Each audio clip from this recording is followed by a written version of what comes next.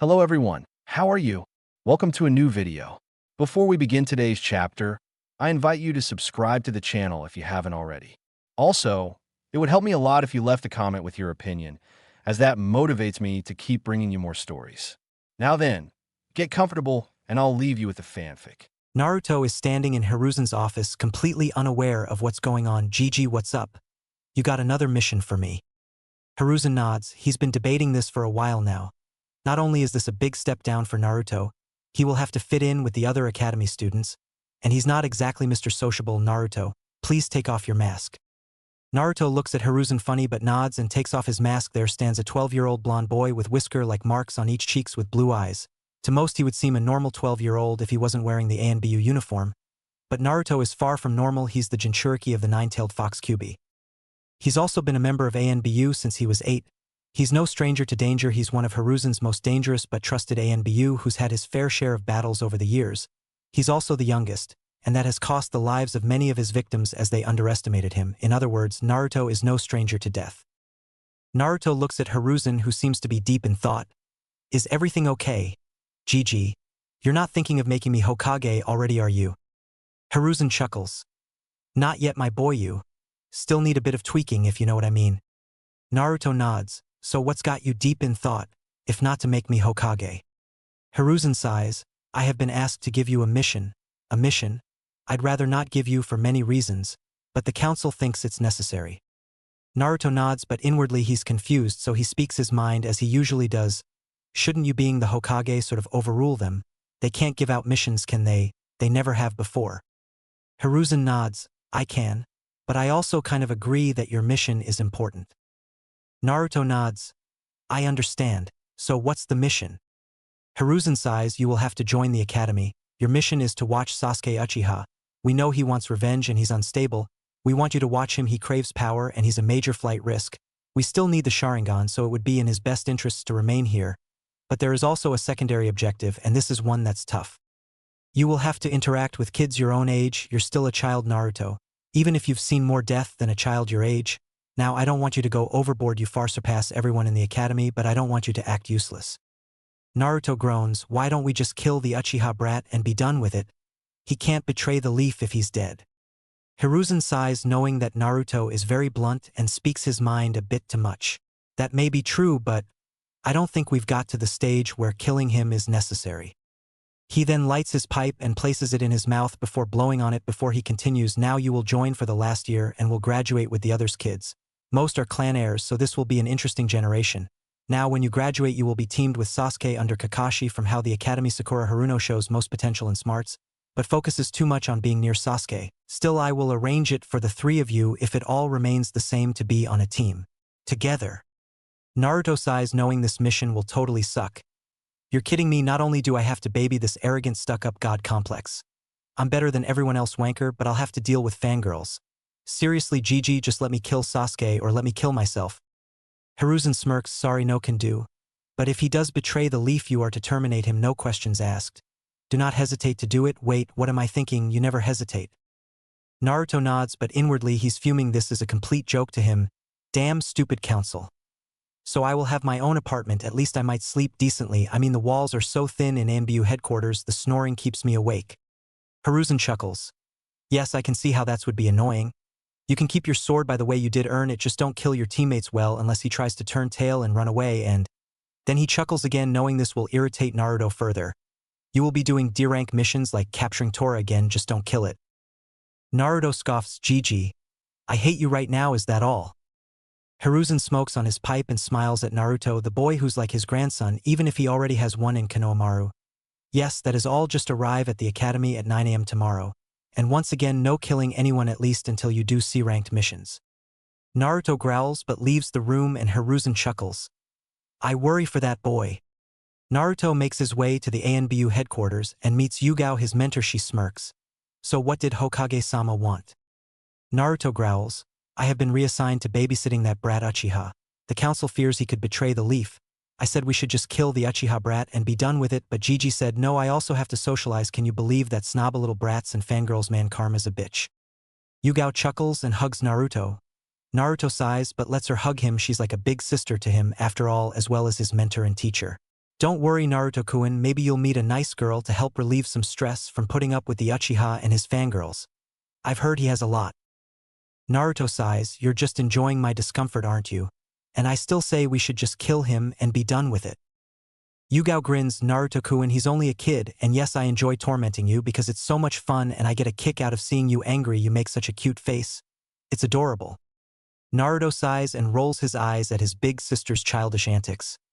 Yeah, a brat with a superiority complex. The only Uchiha I ever liked was, well, you know, and look what happened to him. Yugao nods. So you want me to help you move in?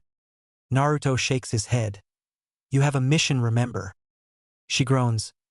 Oh yeah, that damn escort mission with that slob. I tell you, if he tries anything, I'll chop off his little friend. Naruto smirks. I know only Hayate can have that pleasure of being with you, right? Yugao pouts, then grins at him. Why are you jealous? Naruto looks at her in confusion. Are you kidding me? You're like a sister to me. She pouts again, Naruto-kun, even though that's sweet, don't you think I'm pretty? Naruto sighs. Why do you always do this? Fine, yes, you're beautiful. You happy now? I need to pack. She grins, thanks. Little bro, your words will get me through the next mission. Naruto just scoffs. Whatever, I heard the guy likes to fantasize about women. He'll probably be undressing you with his eyes. I'll leave you with that sickening thought. Yugao is gobsmacked. Crap. And I thought it couldn't get any worse, damn you, Naruto-kun. She just hears a chuckle come from her little brother and groans. Naruto finishes packing. He's already been given a key to his new apartment. He'll place seals all over his place later. He says his goodbyes and leaves. He arrives at his apartment and groans. Seriously, what the hell, this place is a dump. He then sits down and plans what he's gonna do. He can't believe he's going back to the damn academy. The next day, Naruto wakes up at 6 a.m. He groans, forgetting that he could have slept another 2 hours but forgot to change his damn clock. He groans again and reluctantly gets out of bed. He's only in boxers, he's too old for pajamas. He enters the bathroom and looks in the mirror and immediately groans, seeing the scars. The damn fox used to heal him without leaving scars, now he doesn't. He says scars are a badge of honor. Naruto steps in the shower and turns on the water. Badge of honor, my ass. He's not the one who has to walk around with these damn scars. Even though Yugao says they're sexy, I still don't get her at all. I don't get women. After the shower, he gets dressed in black ANBU pants and a black long-sleeve top with fingerless gloves and ninja boots. He eats his breakfast. Not ramen. Then just sits there using a whetstone to sharpen his katana. 2 hours later, he goes to leaves his apartment. He puts on his coat, with the hood up. Along with his coat, he has his katana that's strapped to his back. He groans before he walks to the academy. He walks slowly, so he misses everyone. He's never had time for anyone but his buddies in ANBU. He gets a few people staring at him, but he ignores them. They can't see his face, and for that he's glad. It's such a pain having to hide his face, but it's better than having to hear the villagers and their BS. Meanwhile, as Naruto's heading to the academy, everyone's in the academy already when Irika Yumino steps into the class. Quiet. Everyone shuts up and Irika smiles. Good. Now there is a new student. He should be here shortly. To be honest, I'm not sure why he's starting now, but oh well. Just then the door opens and Naruto steps in. Everyone looks at him, all in black with his hood up. Irika smiles. Ah, you're here, you must be Naruto. Please take a seat. Do you want to say hello first? Naruto looks at him. No. Irika nods. Okay. Take down your hood. Naruto sighs. Here less than a minute and I already want to kill someone. He lowers his hood and everyone sees a face. He has an X scar on his right cheek and a scar down his left eye. There is also a scar on his neck, a scar that almost cost him his life. Naruto has his eyes closed. When he opens his eyes, everyone sees his eyes. He turns away and heads to an empty seat and sits down. Irika smiles. Okay, Naruto, do you want to introduce yourself? Naruto groans at this pointless situation. No. Irika sighs. You're new here. Just say a few things about yourself. Naruto sighs. I am going to kill Gigi. My name is Naruto Uzumaki. I'm 12, that's all you're getting, end of story. He sits down and closes his eyes. He can sense people looking at him, but he hardly cares. He's not here to socialize, even though Gigi said he should. Irika gets on with the class. After a few hours, it's time for a break. The first thing he hears is fangirls squealing for Sasuke's attention. Naruto sighs. Can this get any worse? He stands up and walks to the front. Is there a training yard here? Irika nods. Yes. Oh, my name is Irika Yumino. I'll be your sensei for the rest of the year. Should have started with that eye. Naruto just looks right through him and Irika drops the smile. Right, well, it's on the left as you leave the academy main entrance. Naruto nods and leaves the room, and he makes his way out of the academy and makes his way to the training yard. Just before he gets there, two bullies stop in front of him. One of them smirks. "You got a toy sword, how nice, hand it over." Naruto scoffs. "I'd advise you to fuck off before I leave your body parts all over this training yard." The one who spoke grins. "I'd like to see you try." Naruto smirks. Gigi said don't kill anyone. He never said anything about not beating people up. Naruto rushes forward, punching one of them in the gut and then ramming his elbow onto the top of his head. The next guy goes to punch Naruto, but he just grabs his hand and flips him on his backside before punching him in the face. The leader who spoke has backed away. Naruto smirks. "Not so tough, are you? Come on, haven't had a good fight in a while. Let's see if you're any better than those pieces of trash on the floor." The bully looks at Naruto. "Who the hell are you?" Naruto smirks. "Someone you don't want to mess with. I think you need a change of clothes, plus you stink. What did you do? Shit yourself." The bully just runs away, and Naruto sighs and carries on walking, not knowing or caring that he was being watched by his new classmates. Naruto, after disposing of two of the weaklings, goes over to a tree and takes off his jacket, followed by his t-shirt, probably a mistake, but he usually trains topless. He then grabs his katana and starts going through some katas. His classmates are staring at him. Some of the girls are already getting nosebleeds just looking at him. For a 12-year-old, he's got muscles that would put older men to shame. Some are staring at his scars. His chest and back are full of them. He hardly seems to care that he's being watched. They're also wondering just who he is. He moves so fast they barely know what happened. The scars are also confusing to them. Even some of Sasuke's fangirls are having nosebleeds, even Ino, who's trying to hide it. Especially from Sakura, who'd just make fun of her. She looks over and sees a blushing Sakura. So even she's not totally immune to it. Ino thinks. Kiba comes out of the class and sees Naruto. "Man, that's some seriously major scarring." Shikamaru nods. "How could he have that much scarring? He's our age, right? Still, he knows what he's doing with that blade. And did you see how he disposed of Meizo and Kentage and make Rashi piss and shit himself? Even I could feel the killing intent coming off Naruto." Kiba smirks. "Seems the girls are liking the show. Look at them, some are even drooling. They've known him, what, 2 hours?" Choji nods. "Still, he's strong. I wouldn't want to piss him off." Shino, the usually quiet one, speaks. "There is something about him, something he's keeping from everyone." Shikamaru nods. "I get that vibe." Ino looks over. "What are you four talking about? What vibe?" Shikamaru just shrugs, and Ino rolls her eyes and looks away. Sasuke walks past them. "Naruto, Uzumaki, fight me." Naruto doesn't look at him but smirks. "Oh, I so want to beat the crap out of him. Babysitting this arsehole." He stops swinging his sword and turns to Sasuke. "Why would I waste my time with trash like you, Sasuke Uchiha?" Sasuke smirks. "Afraid I'd kick your ass." Naruto scoffs. "Hardly. I could beat you blindfolded. But it would probably upset your fangirls now, wouldn't it?" Sasuke scoffs. "Like you could beat me. I'm an Uchiha." Naruto rolls his eyes. "Am I supposed to be impressed? Do you honestly think all that I'm the last Uchiha bullshit makes me feel sorry for you? You're pathetic, you're arrogant, and your superiority complex is your downfall, because deep down you're nothing but a sniveling runt, nothing more, and that's all you'll ever be, that last of a clan, nothing more." Sasuke snaps and runs at Naruto, who tosses his katana next to his clothes. Sasuke starts throwing punches and kicks at Naruto, who dodges every attack, and to everyone he's doing it effortlessly. He also seems to be enjoying tormenting Sasuke, and Kiba's loving it at is some of the other guys in the class. Sasuke is getting more pissed off, though, as he can't believe he can't hit this nobody who dares insult him and his clan. "Fight me, coward." Naruto yawns. "Did you say something?" Sasuke scowls. "You think you're so tough, don't you?" Naruto yawns again. "I don't think it. I know I am. Let me guess, that was your best. I thought you were supposed to be good at taijutsu. You must not be the great Sasuke Uchiha, then you must be his twin lame-ass talentless Uchiha." Sasuke smirks. "Oh, I'm not done ye." Before he can continue, Naruto rushes and elbows him in the gut, rams his fist in his shoulder, then uses his leg to sweep him off his feet before punching him in the face, knocking him out. Naruto walks away from Sasuke and shakes his head. "That was easy, Uchiha. I hardly even used a fifth of my power." He walks over to his sword and sheaths it, then grabs his t-shirt and puts it on, then his coat with his katana strapped behind him. Then he walks past everyone, not even caring the fangirls are glaring at him. Well, not all of them. Some are looking at him with lust in their eyes. Kiba smirks. "Now that was a quick ass-kicking." Shikamaru nods. "I knew there was something about him. Didn't anyone see the tattoo on his arm?" Kiba smirks. "Nah. Was too busy watching Sasuke get his ass hooped." Wait, tattoo? What kind of tattoo? Sakura heard them talking. You know what that tattoo was? Shikamaru shrugs and she scowls at him, and then the girls all go to see if Sasuke's okay. Irika, who's at the window and saw the fight, also saw the tattoo and he's shocked. He's in ANBU. I'm sure that was the ANBU tattoo. What the hell, Lord Hokage? Naruto's 12, his body looks like he's been through hell. Back outside, Choji looks at Shikamaru. So what was the tattoo? Shikamaru sighs, not sure. I know I've seen it before, but not sure where. In the Hokage Tower, Hiruzen's looking through his crystal ball. He sighs. Seriously, Naruto-kun, did you have to do that to Sasuke? Still, he should really leave his arm covered. Nico.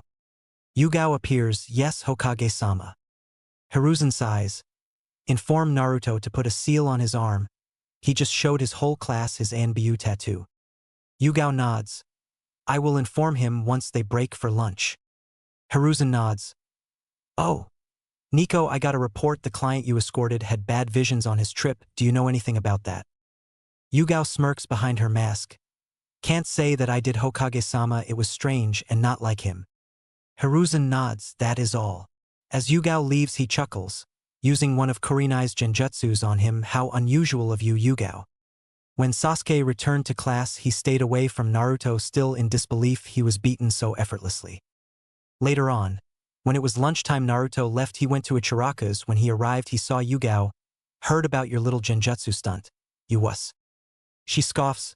Better than let that slob touch me. Anyways, Hokage-sama said to use a seal on your arm to cover the ANBU tattoo you happen to show everyone. Naruto seems confused, then he nods. Oh right, I get you. Yeah, I'll get right on that after I eat. She nods. You won me a bet, by the way. Naruto looks at her with confusion. How come? Yugao grins. I bet you'd kick the Uchihas as the first chance you got. The others didn't think you would have done it. Some still see him as a prince and didn't think you'd dare touch him. But I know little Naruto-kun better now, don't I? Naruto rolls his eyes. You know, half your winnings should go to me, you know. She smirks. Screw that, it's all mine. I won it fair and square. I'll see you later, Otudo. Naruto nods and heads inside and eats his ramen. Luckily, nobody saw the chat with Yugao. Well, she was hiding in camouflage, but Naruto knew she was there. After his dinner, he heads back to the academy until he sees Anko looking through the window. He walks up to her. What are you doing? She almost jumps out of her skin. Don't do that, Naruto-kun. Geez, you almost made me shed my skin. Naruto sighs. Snake jokes, really? What you doing here? She smirks. Looking for Yui, actually. Heard you hooped the Uchiha's ass. I wish I was there to watch. Naruto sighs. Yeah, he had it coming. So why were you looking for me? You know I'm not in ANBU anymore. Well, I am. I think just long-term mission, I'm assuming. She grins. Well, I need your help. When does the academy finish for the day? Naruto shrugs. 3 p.m. I think. Why? She grins. Meet me at training ground 44 afterwards. I need you for a mission. Naruto sighs. Does Gigi know about this? She smirks. Maybe. Naruto sighs. I'll think about it. I have to go, man. I can't believe I have to go to the academy for a year. How did you put up with it for 5 years when I graduated after a year? This time I've been here for 4 hours and I want to kill everyone in my class. She chuckles. If you do that, let me know. I'll want a front row seat. Naruto sighs. By Anko, you crazy women. Anko pouts. You're so mean, Naruto-kun. Naruto just shakes his head and walks off, and she chuckles. Time for some dango. When Naruto gets back to class, he sits there and does nothing. He hardly cares. He does some hand signs and places a sealing seal over his tattoo. He then starts thinking of what this supposed mission is, and if it's worth his time. He doesn't even know if he's allowed to do normal missions. He hears Irika talking about the Hokages. He smirks. He knows his dad was the 4th Hokage. At first he was pissed when he found out his dad was the one sealed the damn fox in him. When Gigi told him why, he understood. The 4th Hokage is still his role model and he's forgiven him, but he swore that he'd surpass his father, and if he somehow met him, then the reunion wouldn't be pretty. Naruto sighs as Irika goes on to lie about the night the Kyuubi attacked, and even Kyuubi growls, and Naruto smirks when Irika says that the 4th Hokage killed the Kyuubi. He can hear Kyuubi growling about him being still alive, and the 4th couldn't defeat someone as powerful as him. Naruto's heard this speech too many times to listen. At first it was kind of funny to take the piss out of Kyuubi. Now it's boring, and they have come to an understanding. He will get strong and Kyuubi can stop being a whining arsehole. He agreed, but whenever the 4ths mention Kyuubi cries like a baby. A few hours later, the academy's over. Naruto's walking out when Irika-sensei calls for him to stay behind. Naruto rolls his eyes, suspecting it's about his fuck-up earlier by everyone seeing his ANBU tattoo. Naruto just leans against the wall whilst Irika stares at him. After a minute, Naruto gets bored. Do you want to say something, or are you just wasting my time? I have things to do, you know. Irika sighs. Naruto, what are you hiding from me? I saw the ANBU tattoo. Naruto acts confused but inwardly knows this was what he wanted, so he decides to just play along. I don't know what you mean. Irika sighs. On your left arm. Show me your arm. Naruto smirks and shows his arm, and Irika is confused. But I saw a tattoo. Naruto sighs. You sure it wasn't a scar? I have a lot of them. Irika sighs. So how did you get them? Naruto sighs. You know exactly who I am, Irika-sensei. Don't play dumb, you know who I am, and what I have inside of me since I graduated years ago. You haven't seen me, but you know who I am. Irika-sensei nods, not knowing that after leaving he moved up the ranks before joining ANBU, and is not an ANBU captain. Fine, you can go. Naruto smirks as he leaves the room. He shunsins to the Hokage Tower to speak with Gigi to ask about missions. It's been half a year since Naruto was assigned this babysitting mission. Having to put up with annoying brats has almost made Naruto snap more than once. Even though he's their age himself, he's seen more action and death than they could even comprehend. He's been on a few small missions, he's missed a few days here and there, and nobody knows where he is. Not even Irika-sensei knows. Even though he has his suspicions, he asked the Hokage, who told him he had no idea what Irika was talking about. It's just after another lame day at the academy that Naruto's at the memorial stone looking at the dead comrades. It's raining heavily, but he doesn't care. It's got him thinking about his own past. Flashback. Naruto is 5 years old. He's running away from the villagers who hate him for whatever reason. He notices the villagers have now also been joined by some shinobi from the village. He keeps on running until he runs into a dead end. He turns around and looks at everyone grinning at him. What have I ever done to you? One of the shinobis speaks. You're a demon, you killed our friends and family, you don't deserve to live, demon spawn. Naruto looks scared. What are you talking about? I never killed anyone, I'm a 5-year-old kid. One of the villagers, a woman, screams. Liar, you're a demon, and you don't deserve to live, we'll make certain of that. The same shinobi that spoke grins. Well, we can't actually kill him, the Hokage says so, but it doesn't mean we can't make his life a living hell. The villagers and the shinobi all grin and move in to start attacking Naruto. After 5 minutes of beatings where Naruto is lying in his own blood, his legs broken, his hand twisted the wrong way, multiple stab wounds in his body. One of the shinobi even burned him, but they ignored the order and went in for the kill until 2 ANBU arrived, one in a cat mask, the other a dog mask. They saved Naruto. The villagers and shinobi weren't happy, but facing angry ANBU, the elite was suicide. The one in the cat mask picked up Naruto and carried him to the hospital. The doctors all refused to heal him until the Hokage's wife took him and helped him herself. It was whilst in the hospital recovering that the fox first made himself known to Naruto. He healed him and told him the truth.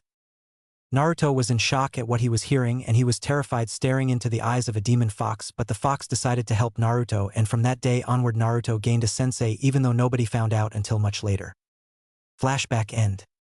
Naruto's broken from his flashback when someone pats him on the shoulder, and he looks up and sees Inu, Kakashi. How are you doing, Captain? How's the assignment going? You here remembering the dead? Naruto sighs. To be honest, this is the worst assignment I've been on. I mean, I've been at the academy 6 months, and I already want to kill everyone there. I have annoying fangirls both trying and failing to scare me because their precious Sasuke-kun keeps getting his ass kicked by me. Plus ones who seem to stare at me like the others do at that Uchiha arsehole who keeps demanding to fight me, and I keep kicking his ass, leaving him unconscious. But I just told you that, didn't I? So what brings you here? Your old team again. Kakashi remains silent as Naruto continues to talk.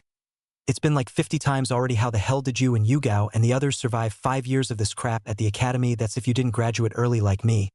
Then there's the other problem, classmates trying to befriend me. It's irritating. I'd much rather be left alone and work from the shadows. He shakes his head. Being in the academy sucks. As for your earlier comment, I guess I don't know that many names on here, a few ANBU and of course the Hokages like my dad, but I was having a flashback about the first time I met you and Yugao. When you saved me from the villagers. I'm getting them a lot lately. The strange thing is sometimes I know what that brat Sasuke is going through. He's full on vengeance for Itachi, which is understandable. We are the same about being the last of our clans after all. Kakashi nods and finially says something. To be honest, there actually is a bet going on that you might just go on a killing spree and kill them all, but I know you're stronger than that. Me and Yugao have trained you well. SS Hazabiki. I know deep down you still hate the villagers for what they did to you growing up, but they are only scared and don't know what they're doing. Naruto scoffs, that may be so, but it didn't exactly help me now, did it? For the first 5 years of my life I had to sleep with one I opened. Do you know how much that sucks? Kakashi nods, feeling sympathy for his surrogate little brother. I can't say that I do, but I know you'll be fine. As for the second part, one thought the Hokage told you to make friends. Naruto scoffs, yeah, he did. But look at them all, pampered little brats. They have no idea about the real world. They listen to these damn boring lectures about the ninja world, but half of them will die. I mean, take Sakura Haruno, for instance. Just thinking about that pink-haired banshee makes his skin crawl. She's apparently the brainiest kunoichi there. But she would rather focus on wasting her time with the Uchiha. Same goes for Ino Yamanaka and the rest of the girls, minus Hinata Hyuga, but she's not really that impressive either if you ask me. She's so shy and she seems to hate fighting. So it baffles me why the hell she's even training to be a kunoichi in the first place. That's only the girls though. Kakashi nods and Naruto continues. Then there are the boys. The Uchiha is so far up his own ass, he still thinks after being knocked out 50 times by me that he's better than me. He never will be. Then there's Shikamaru Nara. Obviously being a Nara male, he's lazy as hell. He's also smart as hell, probably more than Sakura Haruno, but he acts like he's dumb, sleeping all day. Then there's his friend Choji Akimichi. The kid could be good, but he follows Shikamaru around like a puppy. He gets picked on because of his weight and won't fight back, so why is he even becoming a ninja? He wipes water from his face. Then there's Kiba Inuzuka and his dog Akamaru. He's strong in taijutsu, but he's kind of lazy and arrogant, but he's an Inuzuka, so he's a great tracker. Lastly, there is Shino Aburame. He is a hard one to understand. He's quite like all Aburame. He's the only one I can't get a read on, but like Kiba, Shino is a born tracker with his bugs, as is the Hyuga girl. If only they would grow up. Kakashi sighs the chuckles. You know you are not supposed to treat them as threats, Naruto. You are supposed to befriend them. Naruto sighs, I hardly see the point. They're all weaklings who need a wake-up call. Even the Uchiha, for all his boasting of being the best, would probably die.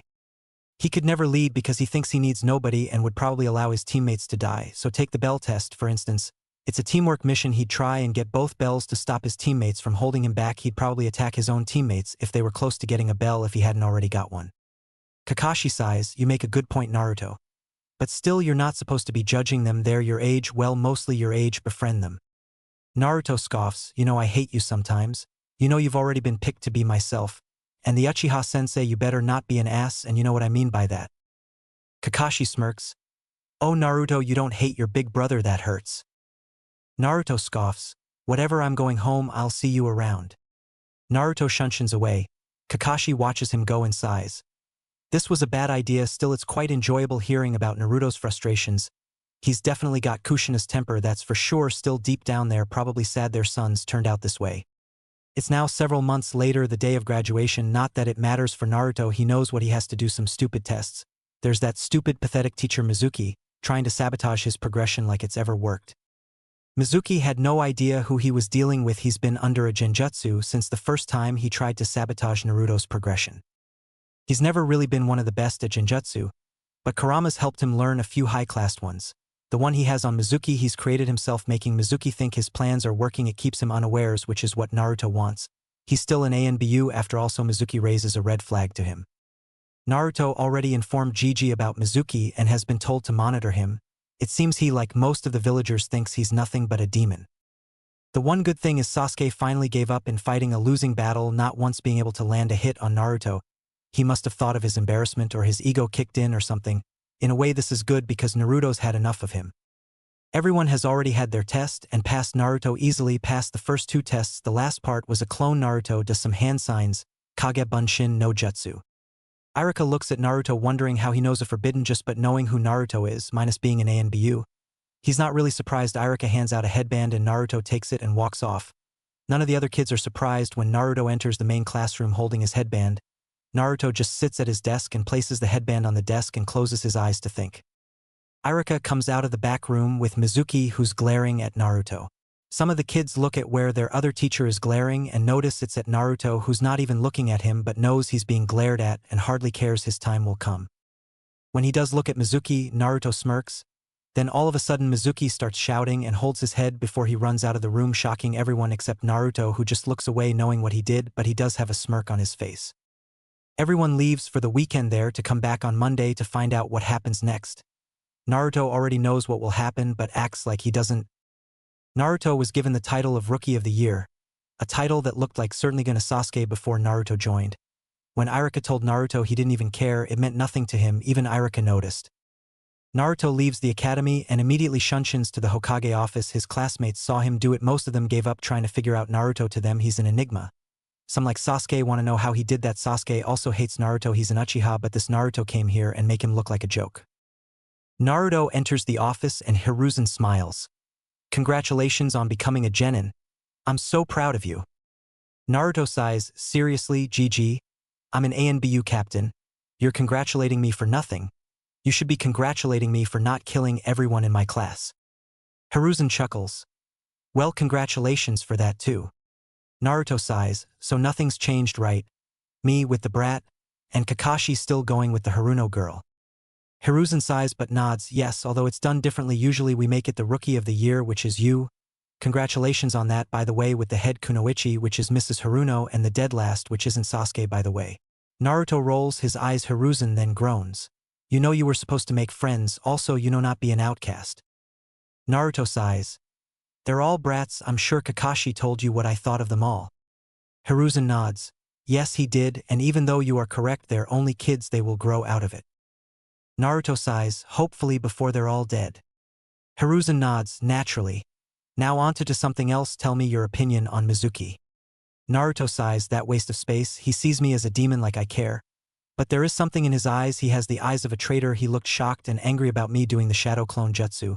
I think he wanted me to fail. I'm not sure why exactly. Hiruzen nods, then smirks. I see. We will watch him carefully. Get some rest. You're a genin. Now your next challenge is D ranks. Naruto glares at him. You're cruel, Gigi. Hiruzen chuckles. I am, aren't I? Naruto sighs and shunsins away, and Hiruzen just shakes his head, knowing Naruto will never change. It's now Monday and everyone's in the academy when Iruka walks into the room. Good morning, genin. Now you're all going to be in teams now. I will start from Team 1. Naruto ignores the first 6 teams, then he hears Iruka say Team 7 and he grunts. Iruka coughs. Team 7 is Sasuke Uchiha, Sakura Haruno, and Naruto Uzumaki. Some of the students gasp. Sasuke and Naruto in the same team is a scary thought to them all. Sakura is happy though Naruto and Sasuke not so much for different reasons. Iruka continues. So Team 7 sensei will be Kakashi Hatake. Team 8 will be Kiba Inuzuka. Shino Aburame and Hinata Hyuga. Your sensei will be Kurinai Yuhi. Team 9 is already a team. Team 10 will be Shikamaru Nara, Ino Yamanaka, and Choji Akimichi. Your sensei will be Asuma Sarutobi. Good luck, kids. When your sensei arrive, you will go with them.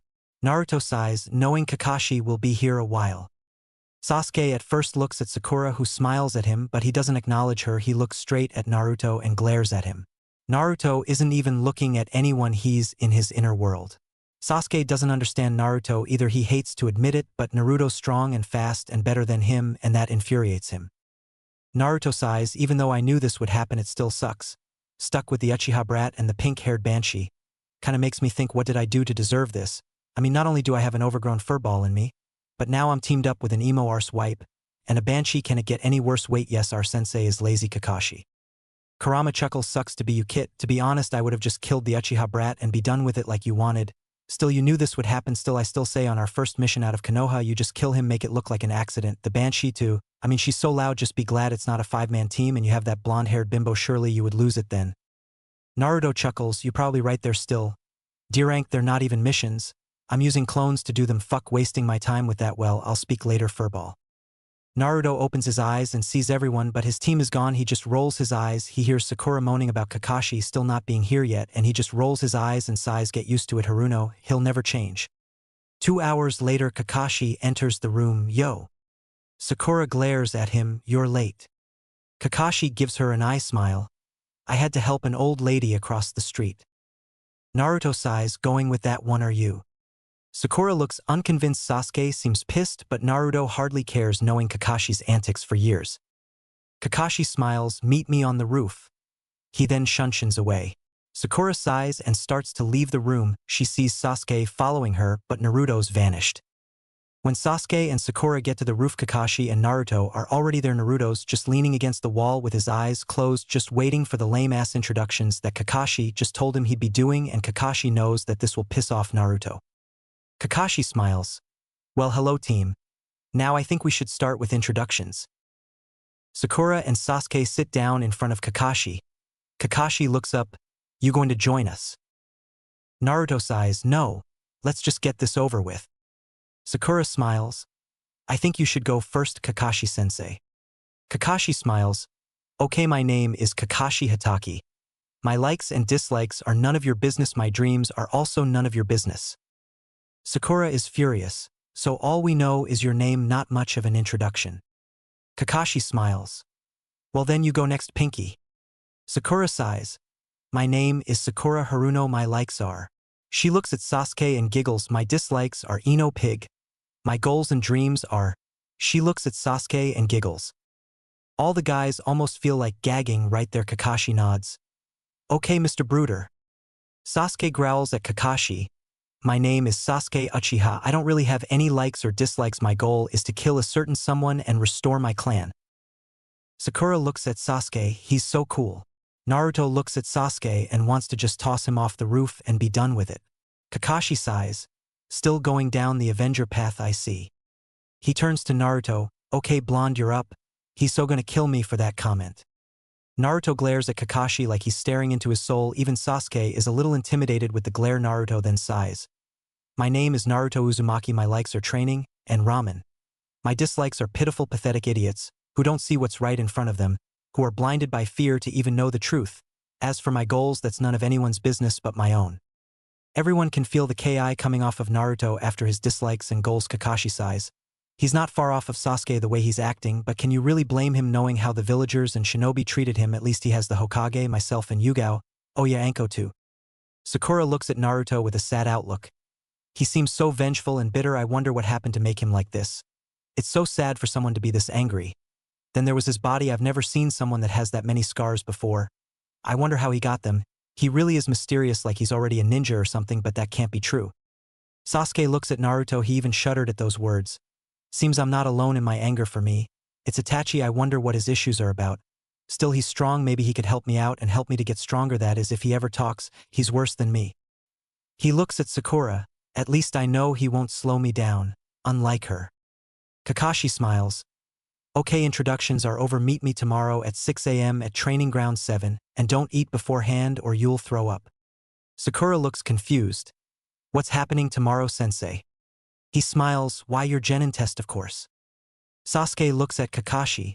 We've done our genin exams. We're all genin.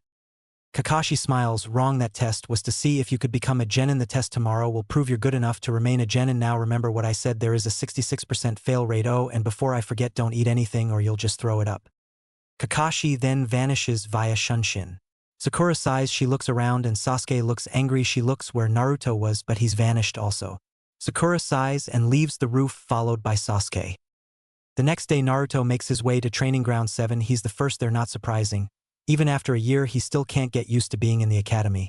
Still knowing Kakashi, it's pointless being here now, as Kakashi probably won't turn up till about 11. Still, it will give him some time to train. He takes off his jacket and pulls out his katana and starts doing some kata exercises.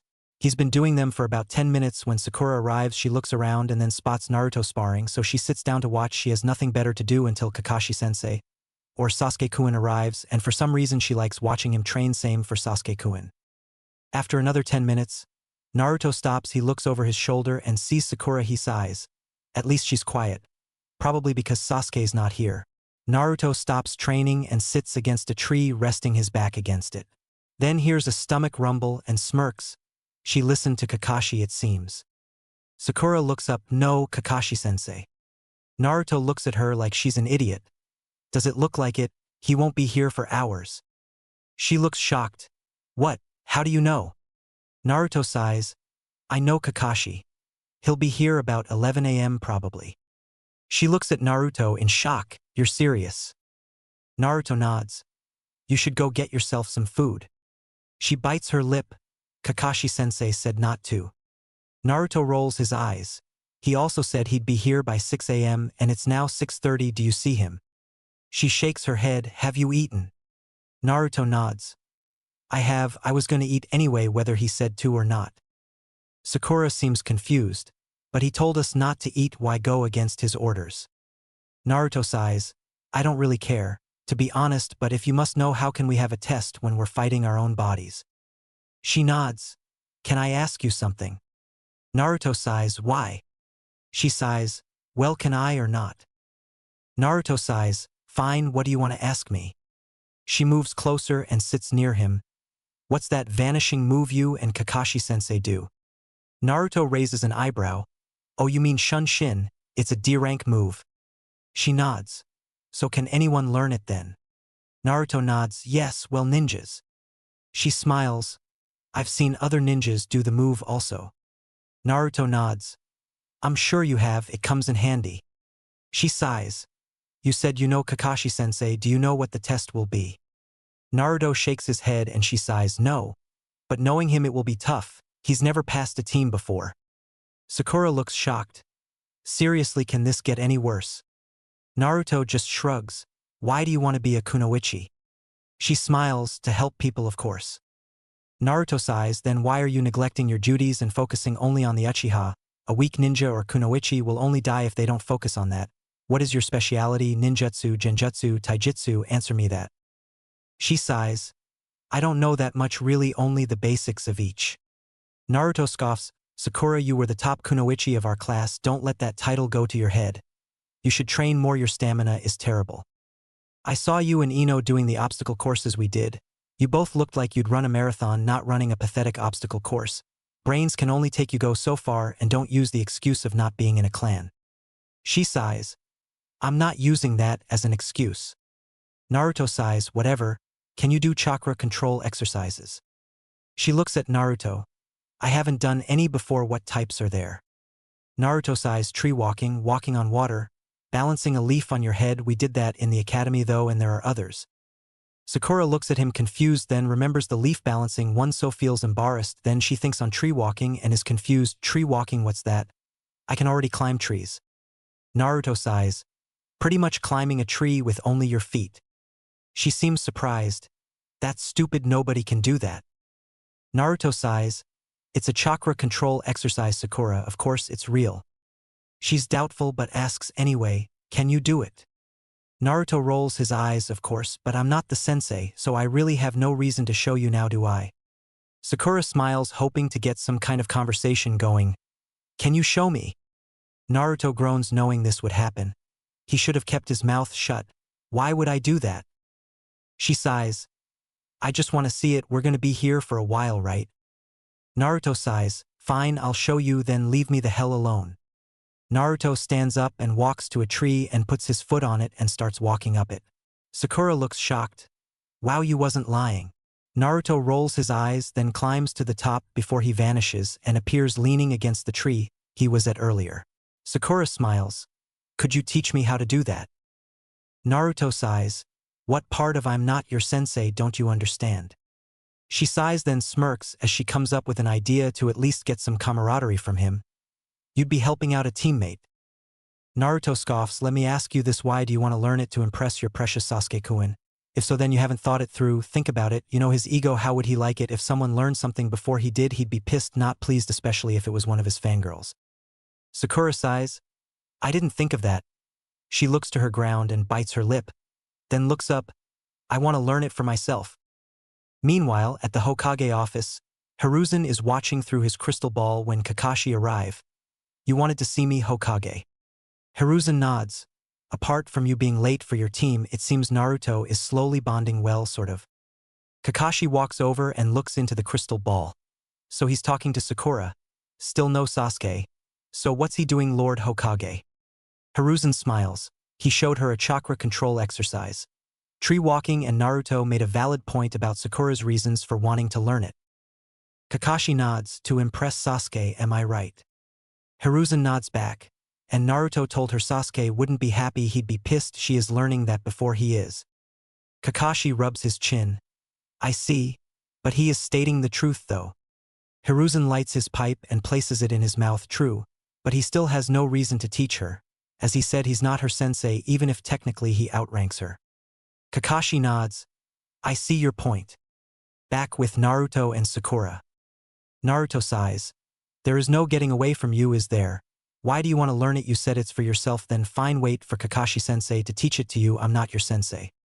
Just then Sasuke walks up. He's late. What are you two talking about? Sakura smiles. Sasuke-kun. Naruto showed me this cool chakra control exercise called tree walking. Sasuke raises an eyebrow. Tree walking, what's that? I can already climb trees. He's lying to you. Sakura smiles. That's what I thought at first, but I was wrong. Sasuke scoffs. I know how to climb a stupid tree. That's hardly an exercise. Sakura grins. That's true, I can climb trees also, but how about climbing a tree only using your feet? Sasuke looks at Sakura. Then Naruto, bullshit. Can't be done. Naruto sighs. You know nothing, Uchiha. Sasuke glares at Naruto. Says you. Naruto rolls his eyes, stands up, then walks over to a tree and starts walking up it only using his feet. Sakura smiles and Sasuke is in shock. Damn it, he can do that. Who is he? I will get him to teach me. He waits for Naruto to stop at the top. Then he stands upside down on the branch. You were saying, Uchiha. Naruto then vanishes and appears beside them. Sakura smiles. Can you show me how to do that, Naruto? What is the processes behind it? Naruto sighs, knowing she won't give up. Fine. I'll tell you what to do. Then leave me the hell alone, okay? And that means both of you. Now listen carefully, because I will say this one time. If you don't listen, then tough. Okay, first you have to focus chakra to your feet, then walk up to the tree or run. It makes no difference. Well, go on then. He pulls out 2 kunai and tosses them at their feet. Use those to mark your progress. Sakura and Sasuke pick up the kunais he provided. Then they do just as Naruto said to do. Sasuke glares at Naruto, who's sitting down with his back resting against a tree. Sakura walks up to the tree. Here goes. She first pours chakra to her feet, then puts her foot on the tree and then the other. The next moment she's climbing, she quickly gets the hang of it and grins. Wow, this is easy. It doesn't take her long to get all the way up before she stops. Naruto has his eyes closes, but he senses she's reached the top. He's actually surprised. She has better chakra control than I expected. I bet the Uchiha will cry now. Sasuke's still glaring at Naruto until he hears Sakura call to him. Hey Sasuke-kun. I did it. Sasuke looks around, then looks up and growls. He then runs at the tree and starts climbing. He gets some way up before he jumps backward. Naruto watches him and sighs. Whilst he's doing this, Sakura has already made her way back down and is now sat across from Naruto but watching Sasuke. He can sense what he's doing wrong, but he has no intention of helping him, so he decides to test Sakura. Without standing up or even looking, he speaks. Tell me what he's doing wrong. Sakura looks at Sasuke, then Naruto, and notices he's not even looking at her. She looks back at Sasuke and then starts thinking. After a few seconds she smiles. He's using too much chakra. Naruto nods. Correct. Too much chakra and you will be forced away. Not enough and you will get nowhere. Sakura nods. So what about me? How did I get it straight away? Naruto sighs. You are a girl. They generally have less chakra than boys but have better chakra control. Besides, you're smart. You figured it out. Obviously the Uchiha didn't. Sakura notices Naruto doesn't like Sasuke and sighs. Should I help him? Naruto at first says nothing. Do what you want. Sakura bites her lip, then stands up. Sasuke-kun. Sasuke looks at her. What? She walks up to him. You're using too much chakra. Naruto says too much chakra and you will repel yourself from the tree, but not enough chakra and you will get nowhere. Sasuke scoffs. Like I need your advice. What do you know? I'm an Uchiha. I don't need advice from clan-less nobodies. Naruto sighs. How much of a loser is Sasuke? Too proud to accept help. Sakura may be a fangirl, but that's idiotic. He then opens one eye and sees Sakura is about to cry and groans. Great, that's all I need, a crying banshee. Sakura looks at Sasuke and tears come to her eyes, and she just runs away from him and sits down near Naruto and cries. Naruto sighs. Ignore that idiot. I did warn you. He could get angry, but ignore his bullshit. If he doesn't listen to advice, it's his own damn problem. You should be proud of yourself. Your parents will probably be proud also. Sakura's still crying, but she looks at Naruto. But Naruto sighs. But nothing. You listened to me and did what I asked you. Accomplished something straight away. It's something that takes some people hours or days, and you did it the first time, so quit your moping and be happy you accomplished something. It's his damn fault if he's unwilling to listen to advice. Sakura sniffs but nods. Thank you, Naruto. Naruto just nods but remains quiet until Sakura replies. What about the other exercises, the water and the others? Naruto groans. For the last time, I'm not your damn sensei. It's his job to teach you, not me. Be thankful I taught you that chakra control exercise and be quiet until Cyclops arrives. Sakura looks down. Sorry. Naruto opens one eye. Don't worry about it, just be happy you learned something. It took me over 10 hours straight to learn it, think about that. Sakura smiles. Okay, Ino Pig will be so jealous. Naruto rolls his eyes, not that she can see with his eyes closes, but he does smirk. She sees the smirk and grins also. Meanwhile, back in the Hokage Tower, Hiruzen was happy for Sakura, but not Sasuke. He had no right to belittle her like that. At least Naruto was able to cheer her up. That was the only thing that stopped him from going down there and knocking some sense into the Uchiha. Kakashi left after the little pep talk. Sasuke is still working on the exercise when Kakashi arrives. Yo. Sakura jumps up, you're late. Naruto just rolls his eyes and Sasuke stops what he's doing and walks up to Kakashi while Sakura surprises Naruto by reaching out a hand to help him up, which at first he ignores, but then takes her hand and she pulls him up, or more like he pulled himself up. Sakura then turns back to Kakashi. You was supposed to be here hours ago. Kakashi gives her an eye smile. Oh, sorry about that, I had to help an old lady across the street. Sakura scoffs. You used that excuses yesterday. Kakashi thinks quickly. Oh, that's right, there was sheep blocking the road, so I had to take a long way around. Sakura glares at him, liar. Kakashi shrugs. Anyhow, now I'm here. Let's get this test underway. He pulls out 2 bells. It's quite simple, you have to get these bells within 3 hours. Come at me with the intention to kill. Not you, Naruto-kun, have mercy on me. Sakura looks at Kakashi. We can't attack you, we could hurt you, plus there are only 2 bells, and there's 3 of us here. What happens to the person who doesn't get a bell? Kakashi smiles. Well, to answer your first question, you are Genin. Minus Naruto-kun. The chances of you hurting me, a Jonin, are doubtful at best. As for your other question, it's quite simple. Whoever doesn't get a bell gets sent back to the academy. Well, off you go, the time starts now. Sakura and Sasuke looks at Kakashi in shock. Well, Sakura does. Sasuke is looking at him with anger, with the weakest ki Naruto's ever felt. Sakura sighs, but that's just not fair. How do you expect us to get a bell from you? You're a Jonin. Kakashi just pulls out his book. Not my problem, you have a time limit, so I'd get to it if I were you. Sakura and Sasuke rush into the forest. Naruto sighs. This is so lame. Kakashi nods. I know. Still, you have to act normal, so run along, Naruto.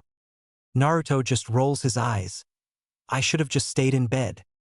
He just walks into the forest and sits next to a tree. I already know what the true goal is. Let's see how they do. No doubt the Uchiha will rush out, proving his arrogance. Let's just wait and see. Just like Naruto suspected, Sasuke comes out into the clearing. I'm taking the bells and sending them losers back to the academy. Kakashi doesn't even look up from his book. All I hear are words, Mr. Bruder, why don't you prove to me just what Sasuke Uchiha is all about then? Sasuke goes in for a taijutsu battle with Kakashi. Suffice to say, compared to Kakashi, it's pretty embarrassing. Every move Sasuke attempts, Kakashi blocks. This goes on for several minutes. Naruto watches on, clearly not impressed at all. Sasuke, after failing to land a single hit on Kakashi, changes tactics. He goes through some hand signs. Kata. Gokaku no Jutsu. Fire release. Great fireball technique. Sasuke thinks he's actually hit Kakashi until he sees a burnt log where Kakashi was, as he used the Korimi no Jutsu, substitution technique / body replacement technique, to escape and replace himself with a log. Kakashi then reappears in front of Sasuke. Is that all you got? I'd advise you to think again, it was kind of predictable. Sasuke scoffs but runs off into the forest. Kakashi then vanishes. Naruto watches him go and sighs. I can't believe Gigi wouldn't just let me kill the brat. Kakashi, who's appeared above him, smiles. I agree with you. Well off to find Pinky, see what she's up to. He shunshes away and Naruto just rolls his eyes. After a short while of doing nothing, he stands up and decides to follow Kakashi. After a few minutes of searching, he finds someone, but it's not Kakashi, it's Sakura. Seems like she fainted. Naruto sighs, genjutsu typical. He stands over her and sighs, then pulls out some smelling salts and wakes her up. After a minute, she wakes up. Sasuke-kun. She looks around until she sees Naruto learning against a tree. Naruto, what happened? He sighs, you fell for a genjutsu, and I just woke you up. Tell me, Sakura, have you ever seen a 2-man team before? Sakura starts thinking, then after a minute, shakes her head. No. Naruto nods, exactly. Now use your head and think of what the true objective is. She nods, do you know? Naruto nods, yes. Now think, we are Team 7 and what do teams do? Sakura is confused. That's weird, but okay, let me think. Well, they do missions together, they're a team after all. Teamwork. Naruto sarcastically claps, well done. You figured it out now, you being the smartest kunoichi from the academy. How would you go about getting the bells as part of a team? She nods and starts thinking. We could distract him while someone gets the bell. I'm not much of a fighter, so it wouldn't be me to fight him. Naruto nods, go on, if you don't do the fighting, what do you do? Sakura smiles, you or Sasuke-kun are the distraction whilst I get the bells, but there is only two, it makes no sense. Naruto sighs, yes, there are two bells, but if we work together we will pass, that is the real goal. By saying there is only two bells, he's challenging us to all try to get the bells without working together. In the Uchiha's case, he'll take both bells and send us both back to the academy. He won't work as a team, his arrogance and superiority complex makes him think he needs nobody, when in fact he will never be a good ninja if he thinks he's better and needs nobody. She looks at Naruto, that's a lie. Naruto rolls his eyes, is it? Let me give you a scenario, say us Team 7 was on a secret mission and we were ambushed and for instance you were hurt and the person who hurt you was getting away, what do you think the Uchiha would do, remain with his wounded teammate or leave you to die and do everything himself? The answer is he will leave you to die. To him everyone but him is expendable. He thinks because he's an Uchiha that he's better than everyone, even though I knocked him out 50 times. He's thinking about Sasuke and what would happen in the future before he scoffs. He will never lead because to him he needs nobody and everyone will just slow him down. Strength isn't everything to be able to become a chunin. You have to have strength and skills and also show leadership qualities. I have those. You could also if you put your mind to it, but the Uchiha will never be chunin material because he will get his team killed so nobody will follow him. He sighs, now personally you can waste your career on fawning over the Uchiha. Or you can get your act together. For now, we need to get the bells, we can't rely on Sasuke, so it's up to us to work together to get the bells. Sakura nods, but what about Sasuke-kun? If we get the bells, he will return to the academy. Naruto groans, are you fucking deaf, Sakura? The objective is teamwork, there has never been a two-man team, maybe the Uchiha will realize this and assist us. But for now think, Kakashi is a jonin, we need a plan, a simple one-person fights whilst the other sneaks up won't work on him, he's one of the best jonin in Konoha. If you try and say anything Kakashi, I will destroy every book you own, I will burn them right in front of your face whilst you are tied up crying over your damn smut. Kakashi, who's above them, heard every word and agrees with Naruto, and he's not stupid enough to say anything to Naruto. Naruto is trying to help her, but will it work? Her hero worship of Sasuke will be her downfall. I proved it by how easily she fell for that genjutsu. Kakashi leaves the trees and appears in the clearing again. When he looks up he sees 50 Naruto clones cracking their knuckles. Oh crap, when did they get here? Now don't be hasty, Naruto, I'd rather not spend a week in the hospital again. The 50 clones then come at Naruto. You are so mean, Naruto-kun. Sasuke watches in shock and outrage. What the hell, they're clones, but how can he make so many? Damn it, this makes no sense. Just who is Naruto? He wasn't in the academy until the last year. But his skills are way above academy level. He acts like a veteran ninja. Wait a minute, where's Sakura? She hasn't done anything since I heard her scream, she's so weak. Maybe she's dead. Good riddance, one less annoying fangirl to worry about. Naruto's clones lure Kakashi further into the forest. Kakashi suspects something is up, but doesn't know what yet. Plus he's having a hard time holding off Naruto's clones. Okay, where are Sasuke and Sakura? What will they do? Meanwhile, Sakura is watching his shock. Wow, he can make a lot of clones. Okay, I need to time this right, I've set up traps, he should be here any moment, then I'll get the bells. The real Naruto is watching from the trees, he just knows Sasuke is going to try something. Sasuke watches the fight between Kakashi and the Naruto clones, then he sees something on the ground, traps, so that's her game, is it? Sakura watches the Naruto clones continuously push Kakashi back, then she sees her chance, she comes out from the bushes, she reaches for the bells, but before she can grab them a fist connects with her face and she ends up crashing into the tree head first and gets knocked out. Sasuke smirks, bitch, you're not getting those bells. He reaches for the bells like Sakura did until he feels a hand around his throat, choking the life out of him. He then sees it's Naruto. Kakashi looks around and sees Sakura on the floor with blood and a massive bruise on her face and forehead, then he sees Naruto choking the life out of Sasuke. So he quickly rushes in, pulling Naruto away from Sasuke. Kakashi then turns to Naruto. Calm down, Naruto. What the hell happened? Naruto glares at Sasuke, who's clutching his throat and breathing heavily. Kakashi shouts, Naruto, answer me. Naruto glares at Kakashi. He attacks Sakura deliberately. He knew what she was doing like we planned, but his fucking ego couldn't let that happen. Let me kill that fucking piece of shit. He broke your rules, he will never amount to anything but a pathetic egomaniac. He should be put out of his fucking misery before he gets people killed. Kakashi sighs. You can't just attack him. Naruto glares at him. Screw you, I'm taking Sakura to the hospital, hopefully she's not hurt too badly. Naruto pushes past Kakashi and scoops up Sakura and shunshuns away and heads to the hospital. Kakashi sighs. Well, this went well. Fuck. He looks at Sasuke. You disappoint me, I'll have to speak to the Hokage about this. Naruto arrives at the hospital carrying an unconscious Sakura. One of the nurses glares at him. Naruto gives her some KI and she backs away, and he continues through the hospital. There is one doctor he trusts who doesn't hate him, so he'll take Sakura to her. Let's just hope she's working today. He carries her into a room and lays Sakura on a bed. He summons a clone and tells him to get Dr. Natsumi. The clone nods and rushes out. 2 minutes later, Dr. Natsumi enters the room and smiles. Naruto, are you okay? When he doesn't answer, she smiles. Just calm down.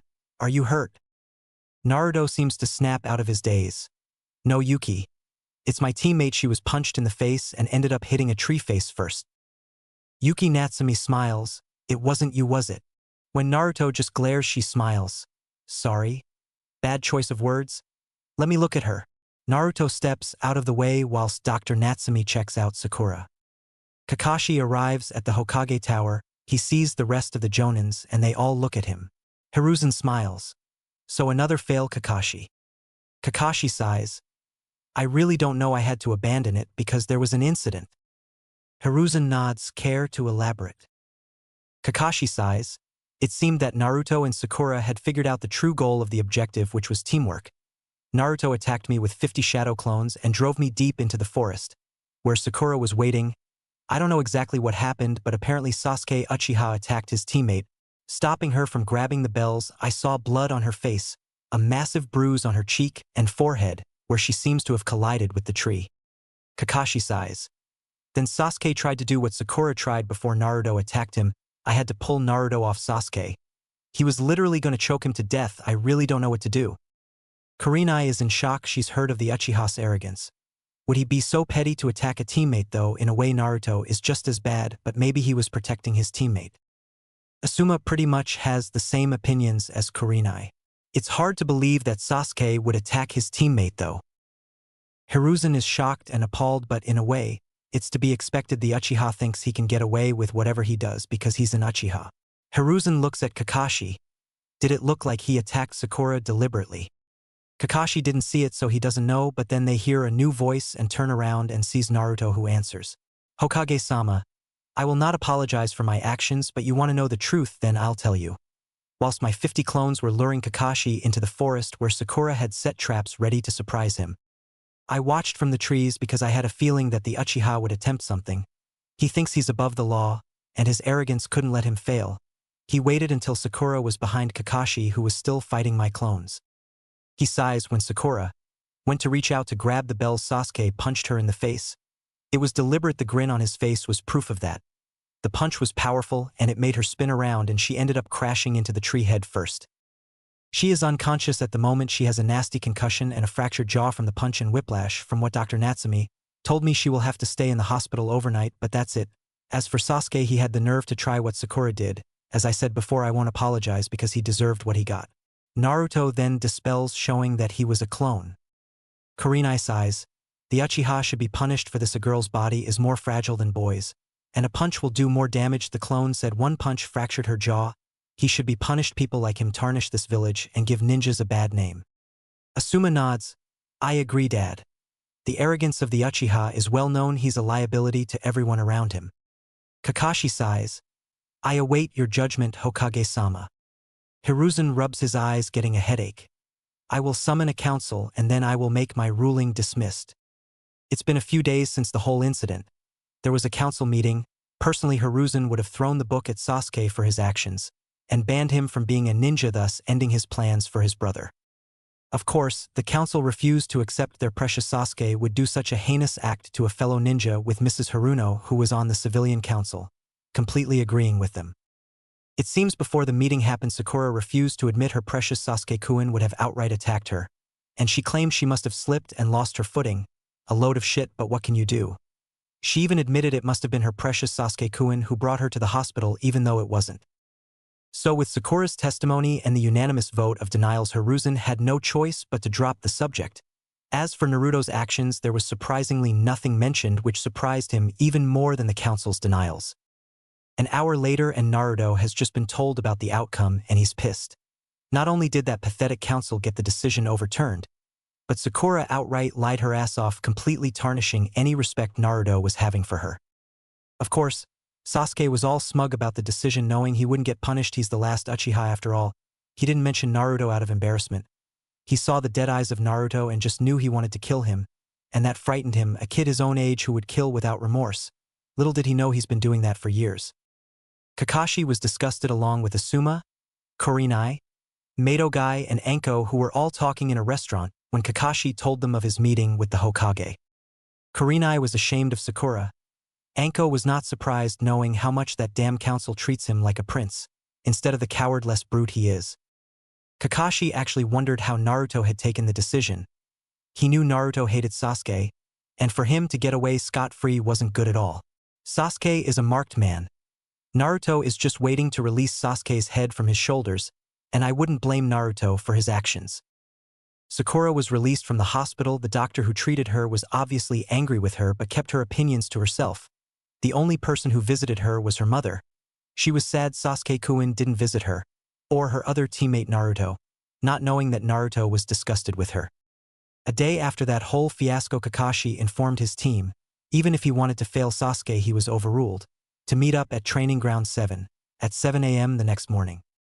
As per usual, Naruto's ANBU training kicked in and he was up at the crack of dawn. He ate breakfast and then trained for several hours. He's still angry with the decision and, more importantly, Sakura. His thoughts on Sakura were very harsh, but he didn't care. What a stupid, pathetic little waste of space, weak girl. If she wanted to outright lie, then that's her decision, but now she's lost all respect I once gave her. At 6:30 he arrives. He's the first one here, which is good. If Sasuke was there, he doesn't know if he'd be able to restrain himself from killing him. As for Sakura, well, she means nothing. He walks over to a tree and climbs it using the tree walking technique. Then he just sits down on one of the tallest branches and waits for the rest of his pathetic team to show up. The next to arrive is Sakura. She looks around and sees nobody. She doesn't look up and just sits down to wait. Naruto has sensed her for the last 5 minutes and he just scoffs and sits there. After 10 minutes, Sasuke turns up. He sees Sakura, who smiles at him, and he just scoffs and sits down, not knowing two glowing red eyes are glaring at him. Naruto using Kurama's chakra in his eyes. After 3 hours, Kakashi turns up. Yo. Sakura shouts, "You're late." Well, you and Naruto. Kakashi smiles. Sorry about that, had to help a woman across the road. And Naruto's up there. Sasuke and Sakura look up shocked, having not seen him arrive, and he's not even looking at them. Kakashi sighs, wonder if he's still pissed. Well, come on down, Naruto. It's time to head to the Hokage Tower for our first mission. Naruto vanishes and appears next to Kakashi. Let's go. The sooner I can get these pathetic missions done, the sooner I can be away from this pathetic joke of a team. Kakashi sighs. Yeah, still pissed. Sasuke just scoffs, but Sakura seems to be sad at hearing that he was finally starting to open up, but now he's as cold as ever. Naruto glares at his team. I'll see you at the tower, Kakashi-sensei. He then vanishes via Shunshin. Kakashi sighs. Let's go, team. Meanwhile, Naruto's already in the Hokage's office. This mission is a fucking joke, making me be on the same team as that disgrace of a ninja. Just let me kill that bastard already. Hiruzen sighs. I'm sorry, Naruto, this is a long-term mission, remember, there is no proof that he will leave the village. I don't like the outcome any more than you did. I'd have rather stripped him of ever having the chance to be a ninja again, but it's out of my hands. The council relies too much on the Uchiha. Naruto snaps. You're the fucking Hokage. Just kill the fucking council and replace them with people who don't worship and kiss that bastard's ass. You gave too much power away, Gigi. Hiruzen sighs. I know, Naruto-kun. I never wanted this job again. But after your father gave his life, there was little I could do. But I agree, I gave too much power away. Naruto just scoffs, then senses his pathetic team approaching. They're here. He goes over and leans against the wall with his eyes closed and waits for this team to arrive. Then there is a knock at the door and Team 7 enter. Kakashi's not surprised to see Naruto already here, but the others are. When they stop next to the desk, Sakura looks over and notices Naruto doesn't even join them. Hiruzen smiles, although it's forced. Well, Team 7, it's time you start your ninja careers. Minus Naruto, that is. You will start off with D-rank missions. You have a choice of weeding a garden, painting a house, walking the Inuzuka dogs. And he looks down, oh no, not that one, not with the mood Naruto's, and he'd kill the cat without remorse. I still remember the last time he did the mission. That is it, have fun. Hiruzen and Kakashi noticed that Naruto had replaced himself with a clone and left the room the moment he mentioned D-ranks. Kakashi and Hiruzen act like they didn't notice, but he and Hiruzen are both thinking the same thing. He has no respect for his team anymore. No wonder he replaced himself with a clone, not that he really did before. Team 7 and the Naruto clone leave the Hokage Tower and start their ninja careers. The real Naruto is watching them from the Hokage monument. With cold eyes until he senses a familiar chakra of Yugao, she stops next to him. Hey, long time no see, Otuto. Naruto snaps. What do you want? I'm not in the mood. Yugao sighs. I heard about what happened. I can't believe he'd get away with it. And that silly girl would deny it happened. Naruto doesn't look at her but just nods. I should have just snapped his neck. Yugao sighs. Hey, how about some sparring, then maybe a drink? Naruto looks at her and smirks. You always know what to do, One-san. She smirks. What One-san would I be if I didn't know my Otuto and how to calm him down? Naruto smirks. Let's go, I can't even look at my team right now. Yugao nods, understandable. They both shunshin to the ANBU grounds to train. Meanwhile, Team 7 have started their first mission, the painting. Sasuke and Sakura start in a room, but the clone leaves, then he creates more clones and starts painting the rest. Sakura watches this and sighs. He seems to have gone back to his cold self. I wonder why he's so angry. Several hours later, Team 7 have just finished all their missions. Chores. Hiruzen smiles. Well done on your first missions, you're free for the rest of the day. Team 7 minus Kakashi leave. Sakura tries to get her team back together. Hey, why don't we all eat together, some team bonding?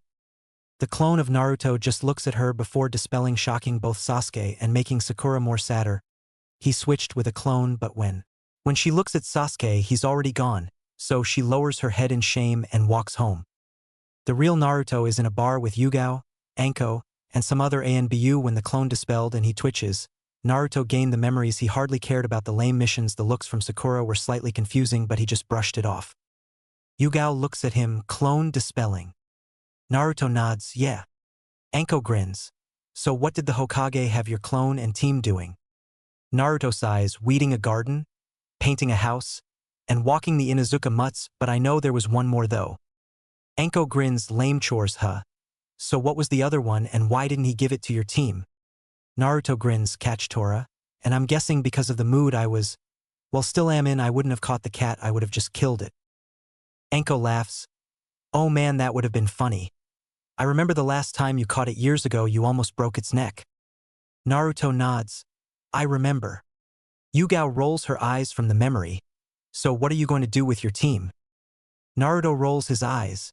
Do we have to talk about that joke of a team seriously? Yugao sighs. It's your mission, remember. Anko, who doesn't know, he has a mission, what is it? Yugao gulps. Probably shouldn't have said that out loud. Oh, nothing, Anko. Anko glares at Yugao knowing she's lying, but she lets it drop. Hey Naruto, you up for a mission? Should take about 2 days, but it should be fun. Naruto shrugs. What's the mission? Anko grins. Infiltration and assassination, right up your alley, but first, we have to watch the enemy for a while. It's my mission. But if you seem to hate your team so much, it would be fun for you to tag along. Naruto nods. Sure, why not? Yugao sighs. Naruto, what about your team? Naruto scoffs. They can deal with clones. I'll have the clones use Henge, then after a while replace the other. I get the added bonus of experience from Surveillance Plus, saves me from getting a clone memory hangover. Yugao nods. Fine. You better inform the Hokage though. Naruto nods. Come on Anko, we'll stop off for Dango on the way. Anko grins. Dango awesome. Yugao watches them go and sighs. Sometimes she doesn't know which is the adult and which is the kid out of those two. An hour later, Naruto and Anko leave the village on their mission whilst several clones are in Naruto's apartment reading more scrolls. Some are just reading mangas. It's been 2 weeks since the D-rank mission started, and since that time Team 7 have not met the real Naruto. It has always been clones. The real Naruto has been off on ANBU missions with either Anko or Yugao. Kakashi was kind of sad because there was no bonding at all, although he knows Naruto's never been the talkative type. The clones Naruto had left behind to do missions had dispelled as soon as they were done, so no bonding whatsoever. Even if Sakura tried, the clones never spoke to the team. Sasuke didn't seem to care, but Sakura seemed to. Naruto had helped her out with the chakra control exercise, tree walking, and he even tried to get her to train more. But then, after the incident at the bell test, he grew colder and reverted back to his old self from the academy. Whenever she tried talking to him, he ignored her, and when the mission's over, she found it was a clone each time. She wondered where Naruto was. It seemed to her that she was the only one who seemed to miss Naruto. Even though he wasn't the talkative one, he did help her out, even if she did bug him until he did. She was always miserable. Sasuke continued to say no to her requests for a date, so after the missions, which were more like chores, she'd just go home. Over the weeks, Kakashi has been continuously moaned at by Sasuke, demanding harder missions, and he admits the D-ranks are not really missions at all, so when he woke up he decided to speak to the Hokage about it. He also inquired about Naruto, and he was back in the village. Kakashi was even surprised he was still doing ANBU missions. Whilst Kakashi is meeting with the Hokage, Sakura and Sasuke are waiting at the training grounds. Naruto hasn't turned up either, not even a clone has turned up. So Sakura just sits there with her arms around her legs waiting for Kakashi-sensei to turn up. Kakashi has spoken to the Hokage, and the Hokage has agreed on a C-ranked mission, even if he's not really convinced they're ready. When Kakashi leaves, he calls Yugao and informs her to summon Naruto. Naruto arrives a few minutes later. "What's up, Gigi?" Hiruzen smiles. "Hello, Naruto-kun. Kakashi has just asked me to give your team a harder mission." Naruto sighs from the memories. "I'm getting from my clones, they're not ready. I'm guessing it's more that Team Uchiha demanding a harder mission than Kakashi asking." Hiruzen nods. "Pretty much what he said about both things, but I would like you to join the team this time." Naruto sighs. "What is the mission?" Hiruzen smiles, escorting a bridge builder and guarding him whilst he builds a bridge from bandits. Naruto sighs. "Where is this bridge getting built?" Hiruzen looks. "The Land of Waves." This seems to get Naruto's attention. "You do know the Land of Waves is where that fat little midget Gato is, right? He has that place crippled. The economy is dead. The place is poor. There is no way Gato would allow a bridge to be built. It would diminish his iron grip on the Land of Waves. It won't only be bandits, but mercenaries and maybe missing Nin." Hiruzen sighs. "This is no a mission for a rookie genin team." Naruto smirks. "No, it isn't. But it gives me a chance to kill Gato and free the Land of Waves from his clutches. Plus it will show me what that Team Uchiha is capable of. Also, you're forgetting I am ANBU captain and Kakashi is Jonin and former ANBU captain. I'm sure we can handle whatever Gato throws at us." Hiruzen sighs. "Very well, Naruto. I'm trusting you." Naruto smirks. "It could be fun." Meanwhile, Kakashi arrives at the training ground. He expects an outburst by Sakura. But no, she just looks up and waits. "Yo, come on team, time for a mission." Sasuke groans. "More chores again." Kakashi smiles. "Actually no. I've arranged for a C-ranked mission, so let's go." Sakura stands up but looks around for Naruto. "We have to wait for Naruto to arrive." Kakashi smiles. "He will meet us there. The real one, I hope." Sakura just nods, thinking it will be a clone again. They all make their way to the Hokage Tower and get ushered inside. Sasuke is wondering what the mission will be, as is Sakura. Kakashi sees Naruto leaning up against the wall and smiles. "Not a clone, that is good." Sakura and Sasuke see Naruto. Sasuke just ignores him, but Sakura looks closely. "I can't tell if he's a clone or not." She then looks to the Hokage. Hiruzen smiles. "Good morning, Team 7. Kakashi has asked for a harder mission, so you will be doing a C-ranked mission. The mission is guarding a client while he builds his bridge. The most you will come up against is bandits, I'm sure." He then calls out, "Send in the client." An oldish man comes in with a towel wrapped around his neck with a flask in his hand. He sees the three kids and scoffs. "What is this guarded by children?" Sasuke takes offense to that. Sakura says nothing and Naruto does nothing, not even opening his eyes. It's Kakashi who replies, "We are more than capable of guarding you, plus I am a Jonin, and Naruto's an ANBU captain. I'm sure we'll manage." The man just nods, not looking convinced, but says nothing. Kakashi smiles. "Okay team, head home and pack your bags. We should be gone for 2 weeks. Put pack for a month, just to be sure. Oh, and meet me at the gate in 1 hour." Sasuke just nods. Sakura smiles. "Hi Kakashi-sensei." Naruto just nods. Sakura watches to see if he will dispel, but he does Shunshin away and she smiles knowing it was the real Naruto, so that's good, although she doesn't really know why she's so happy. An hour later, everyone's at the gate. Kakashi's just arrived with the client. He looks at Naruto. Still the real one, that's good. Okay, everyone, let's go. Naruto just nods. He notices Sakura look at him and smiles. She has been miserable, I wonder why she's smiling. He nods back at her. Sakura smiles again, then looks away. Well, at least that's something. Team 7 have been walking now for several hours. It would have been quicker, but with civilians, it's always slow going. Sakura spoke to the client, who's now been confirmed as Tazuna. Not that Naruto didn't already find that out because Gigi told him. Naruto's looking around, as usual, checking his surroundings. When he looks at the ground in front of him and sees a puddle, he raises an eyebrow at that, as it's not rained in days, then glances at Kakashi, and they both nod. It seems nobody else noticed it. No surprises there. Naruto steps over the puddle and reaches for his katana. He senses movement behind him. He grabs the chain and with one slash cuts it in half, then Shunshin's behind one of the two attackers, which he knows as the Demon Brothers, and kills one of them with one slash, and Gozu's head comes off his shoulders. By now the others have turned around. Sakura actually heard something and spun around just as they launched their attack. Sakura was about to scream out to Naruto when he reacted, and within moments one of the attackers was dead whilst the other was on the ground with Naruto's boot on his throat.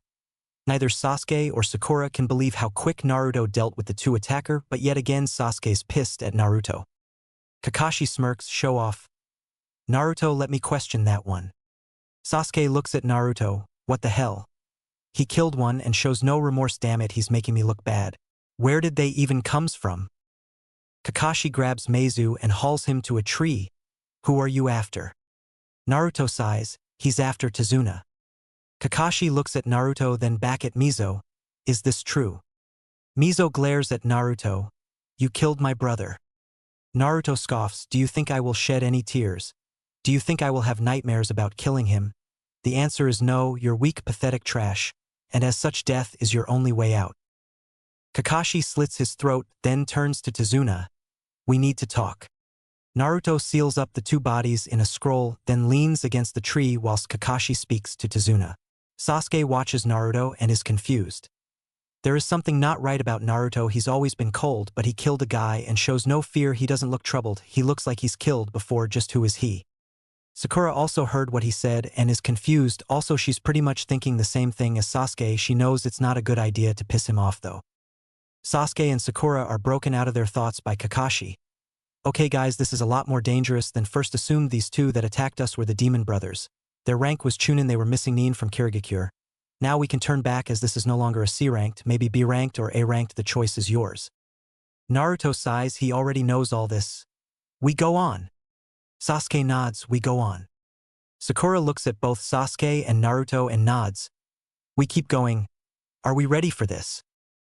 Kakashi nods, so we go on. Naruto, the scroll, I'll send it back to the Hokage to inform him of what's happened so far.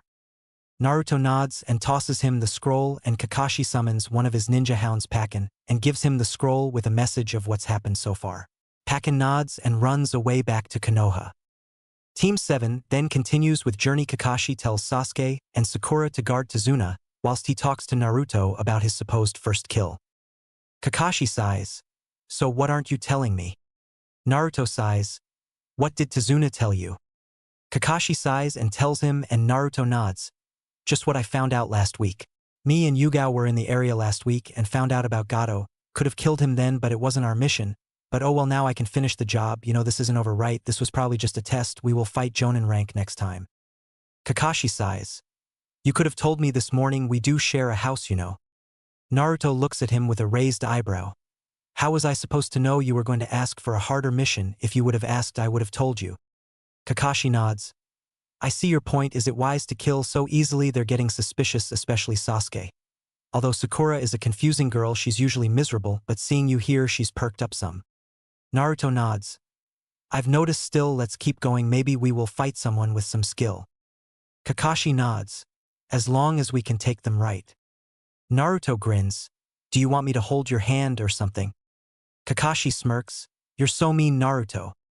Naruto nods. Has he activated his Sharingan yet? Kakashi shakes his head. No, not yet, but I'm sure he will during this mission. Naruto nods. If he does, I imagine him abandoning the client because he thinks he's now invincible or some shit like that. Kakashi nods. I have a feeling you're correct on that assumption. Naruto nods. When have I ever been wrong? Kakashi just nods and they catch up to the others.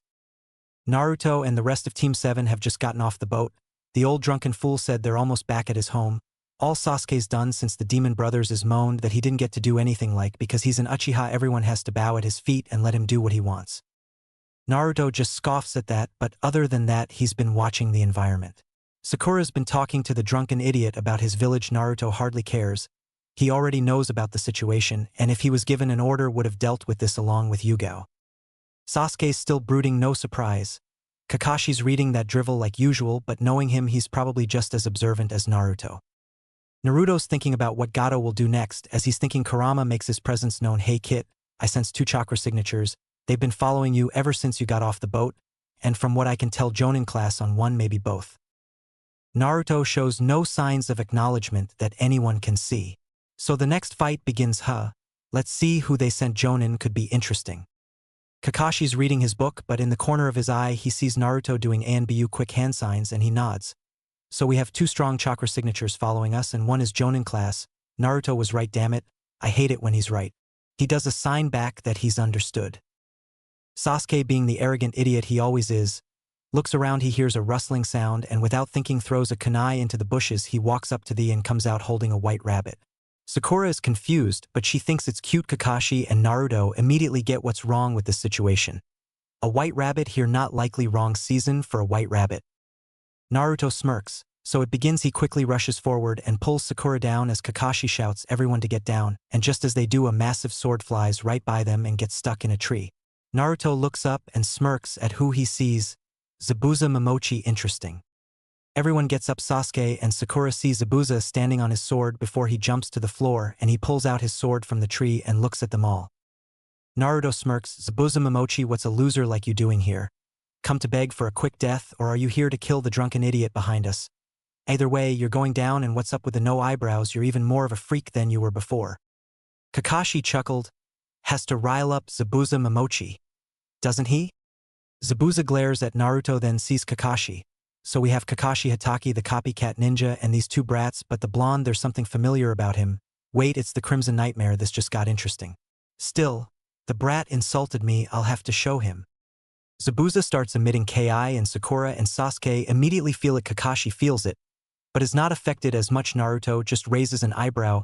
Seriously, you call that Ki? That's nothing now, this is Ki. When Naruto's Ki hits Sakura and Sasuke, they quickly look at Naruto, but they're having a hard time breathing. It's like he's sucking up all the air. Kakashi grunts, crap, a Ki ego battle, just great. Still, Zabuza's feeling the effects also, it seems. Zabuza looks at Naruto. What the hell, such evil Ki? I've never faced a Ki this bad. This is bad. Still should be a good challenge.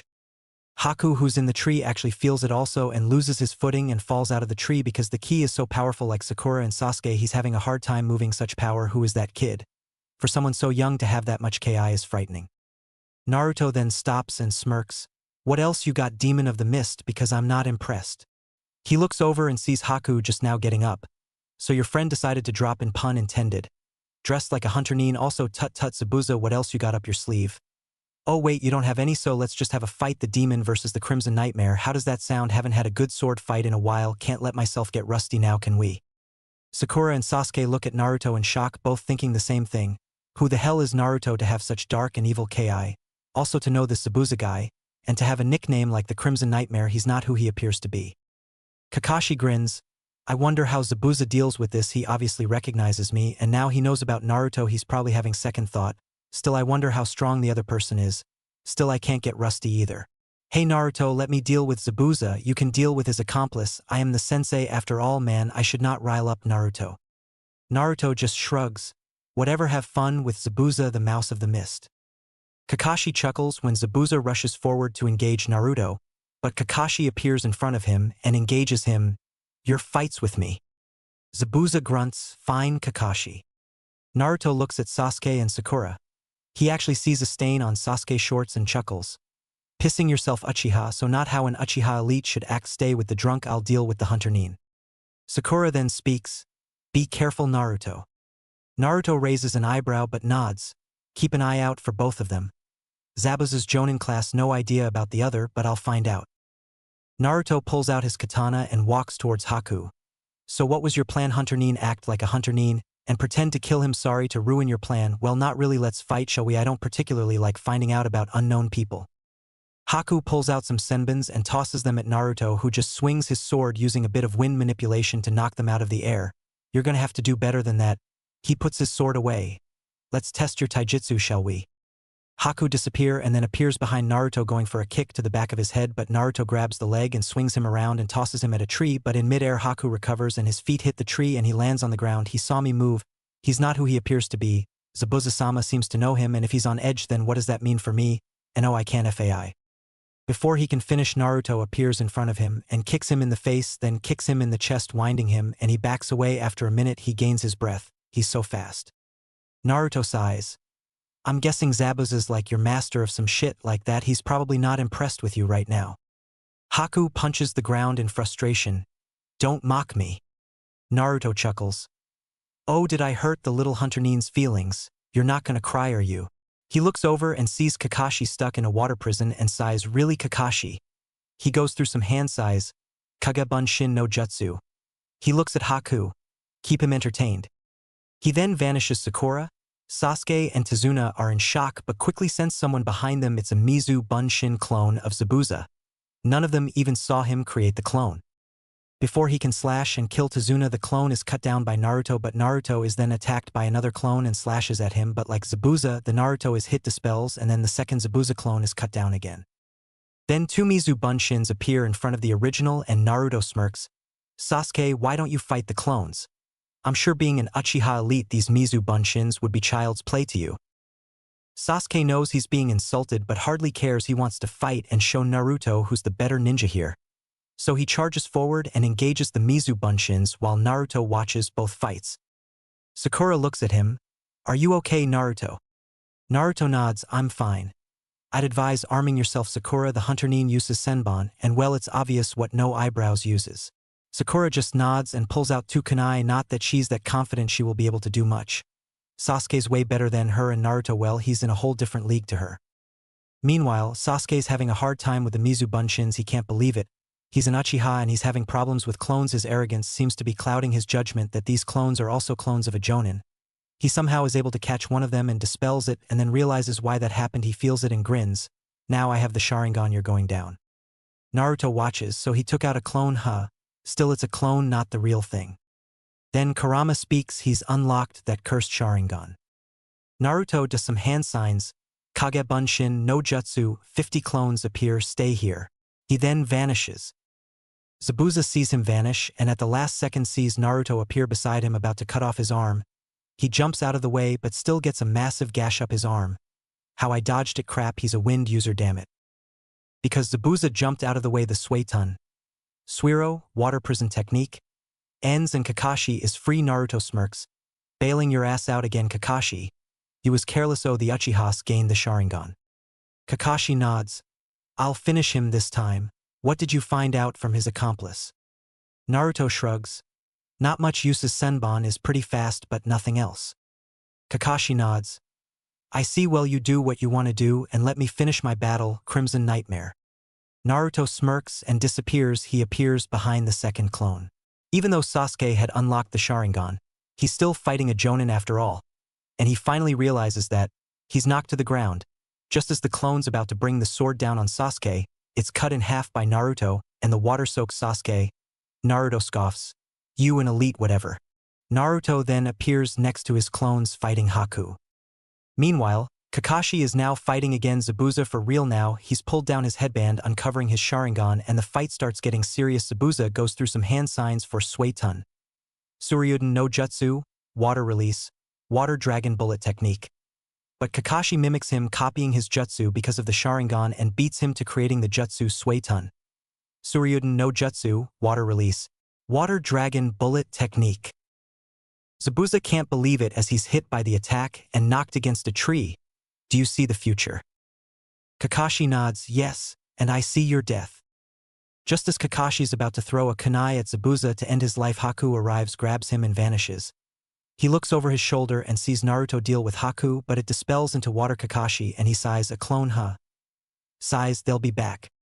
Naruto walks up to Kakashi as the rest of Team 7 and Tazuna join them. Kakashi sighs. Well, that was unexpected. They'll be back. They both took a beating though, so we have a reprieve for a short time, maybe a week. He turns to Tazuna. How long to your house? Tazuna speaks. A few miles, 2 hours tops. Kakashi nods. Lead the way. He steps forward and collapses, but Naruto catches him. Sakura looks shocked. Naruto sighs. He's fine, Sakura, he's just got chakra exhaustion. Lead the way, Tazuna. Naruto puts him over his shoulder and they all walk to Tazuna's. Sakura and Sasuke look at Naruto. Sakura's amazed how powerful Naruto is. They've only seen him fight twice and she's impressed. Sasuke is fuming but admits that Naruto is better than him, but still doesn't get Naruto. He's just a genin, so why does he fight and act like a high-ranked shinobi? 2 hours later, they arrive at Tazuna's. The door is opened by a quite attractive woman. Well, Naruto thinks. He quickly finds out she's the client's daughter. They all step inside. Naruto turns to her. Is there a room I can put our sensei? He's got chakra exhaustion, but he just needs rest. Tsunami nods. Yes, just upstairs. The last door on the right should be okay. Naruto nods and carries Kakashi upstairs and lies him on the bed. A minute later, Kakashi wakes up. Naruto looks at him. Any chance you can summon Pakken? I'll relay the mission. Kakashi does, and when Pakken arrives, Kakashi falls back asleep. Pakken looks at Kakashi, then Naruto. What's up? Naruto, it's been a while. What happened to Kakashi? Naruto explains everything to Pakken. Okay, I want you to relay this to the Hokage. Zabuza will be back soon. A week reprieve maybe. I'd advise backup. Normally I'd say we're fine, but with Kakashi out of action you never know. If you can bring Enko, that would be good. All she's probably doing is getting wasted or eating dango as per usual. Pakken nods. Sure thing, Naruto. Oh, should I inform the Hokage about the Uchiha unlocking the Sharingan? Naruto nods. Yes, I'll keep an eye on him. He's still as arrogant as normal now with the Sharingan. Most likely he'll probably think he's better than the Hokage. Pakken chuckles, then Naruto opens the window and Pakken jumps out and heads back to Konoha. Naruto then checks himself for injuries. The only minor scrapes he received have already healed. He then heads downstairs. He sees Sakura and Sasuke eating at the table. Naruto walks straight past them and heads outside and closes the door. Konohagakure. Hiruzen's in his office smoking his pipe, looking out onto Konoha. When there's a puff of smoke, he turns around and sees Pakken. Lord Hokage, I have an urgent message from Naruto Uzumaki. Hiruzen raises an eyebrow. Naruto, not Kakashi. Strange. Report. Pakken explains everything Naruto told him. Hiruzen listens and nods. Zabuza.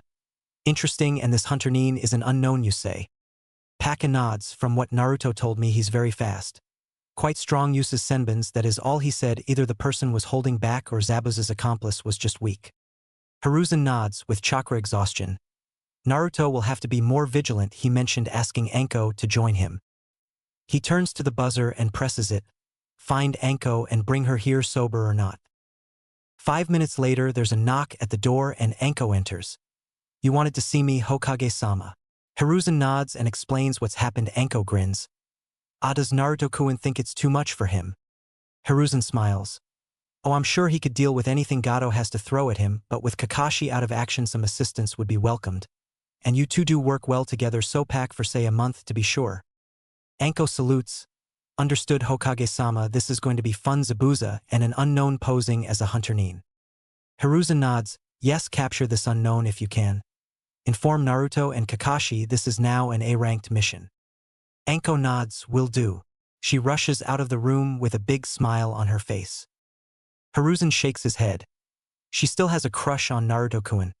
Wonder what Kushina would say about that. Oh well. Enko quickly packs for the month, then quickly rushes out the village and grins. Here comes Nko to the rescue. It's been a day since Naruto sent Pakken to ask for assistance. Naruto has spent most of his time outside. He's heard the little brat moan at Sasuke and Sakura about them wasting their lives and that they're going to die. Naruto is lucky he's not in there or the kid would have been dead by now. Naruto only enters to eat and sleep. The rest of the time he stays outside watching for any trouble, which is where we find him now sitting in a tree sharpening his katana. He hears his name and knows it's Sakura. For the most part his teammates have left him alone unless it's urgent, so it must be urgent this time if Sakura's bugging him. She looks up. Naruto, Kakashi-sensei wants to speak to you. Naruto sighs and puts his katana away and uses Shunshin and appears in front of her. He just walks past her and enters the house. Inari looks up, he's about to open his mouth, but when he sees the glare from Naruto, he shuts his mouth. Naruto walks past him and walks upstairs. Tsunami sees Sakura follow Naruto inside and smiles. He doesn't talk much, does he? Sakura shakes her head. No, not really. It's a shame, I'd like to get to know him better. Sasuke just scoffs but continues cleaning his kunai. Sakura just sits down and waits and wonders what Kakashi wanted with Naruto. Naruto opens the door. What do you want, Kakashi? I'm guarding the house. And if I have to stay in this house, I'll kill the brat. Because he never shuts up whining. Kakashi smiles. Yes, he is rather annoying. But no, have you heard any word from Konoha yet? Naruto shakes his head. No, not yet. Why? Kakashi sighs. Well, as I'm still not fit enough to train you guys, not that you need any training, it leaves you to do it for me. Naruto glares at Kakashi. You want me to train them? Two idiots. Kakashi sighs. You taught Sakura tree walking. Sasuke needs to continue with it, and you can train Sakura on the walking on water exercise. Just leave a clone with Sasuke. Naruto grunts. Fine. Kakashi smiles. Have your clones spotted anything? Naruto shakes his head. Not yet, but I have them hinged into wild animals and objects. If anyone comes near the house, I'll know it. Kakashi nods. Carry on then and have fun.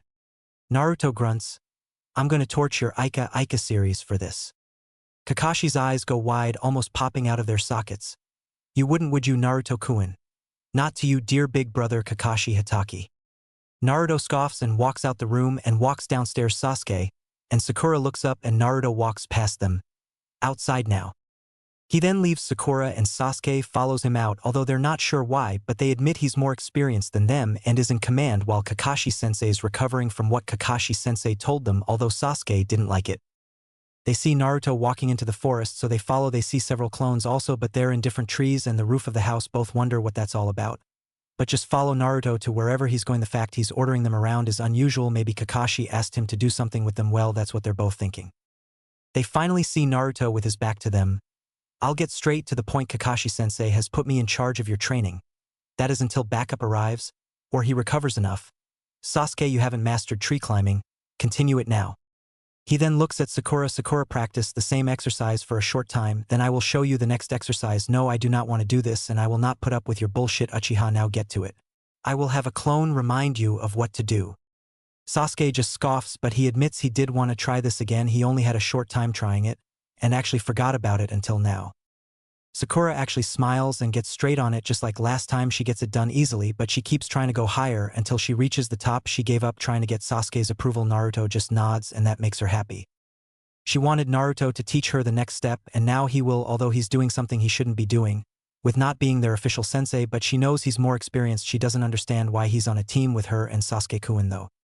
Sasuke, after an hour, has made progress but nowhere near as Sakura, and that infuriates him, an elite like him failing whilst a clan less fangirl masters it straight away.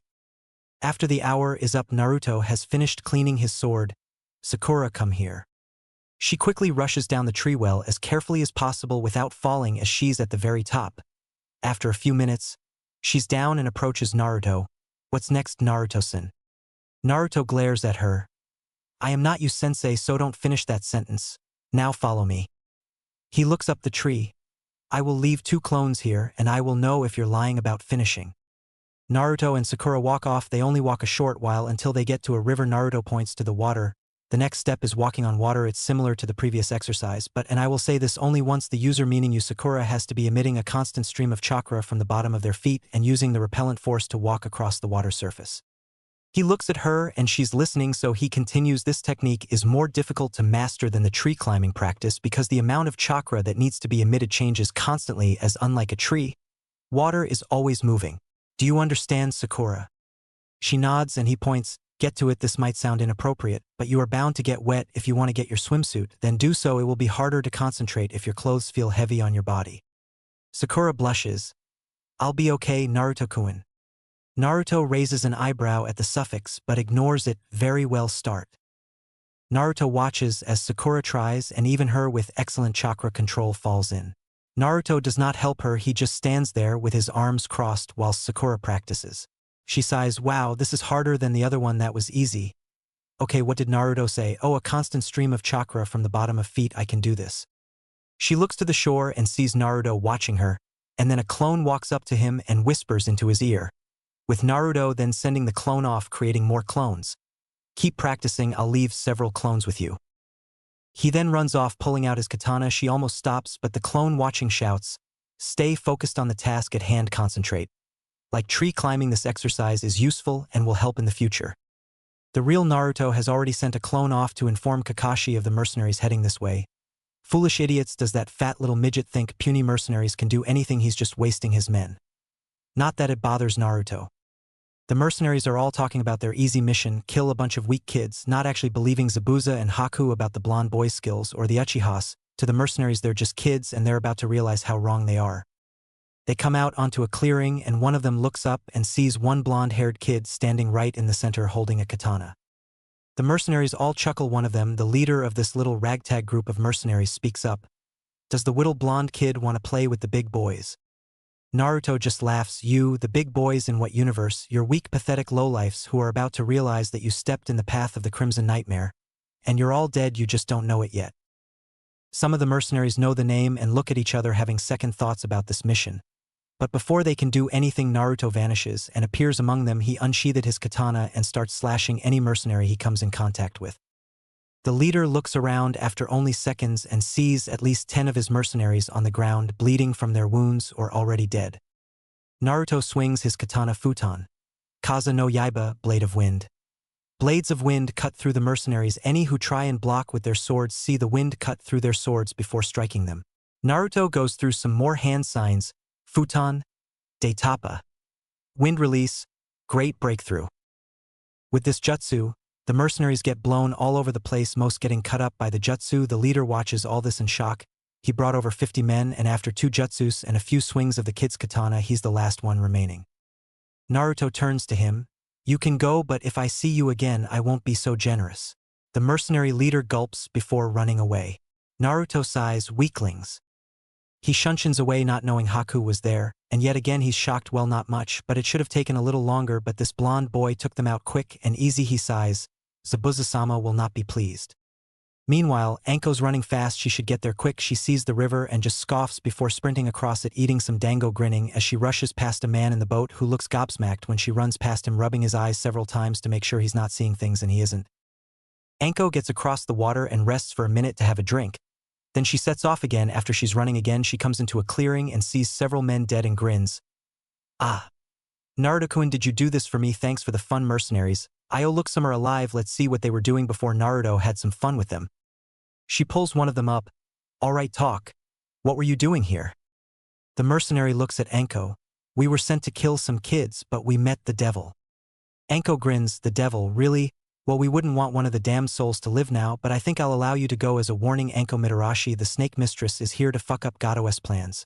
Give his that message, would you? Well, off you go. I'll entertain your friends whilst you're relaying the message. The man staggers away and Anko grins and does some hand signs. Sinai Jashu, hidden shadow snake hands. The man who staggers away hears screaming as the rest of his squad are killed by Anko. He's heard about her, she's a psycho. Anko grins. Well, time for a bonfire. I think she piles all the bodies next to each other before doing some hand signs. Ken. Gokakyu no Jutsu. Fire release. Great fireball technique. Within moments, there's nothing but ashes, and she grins before rushing off with a smile on her face, eating a stick of dango.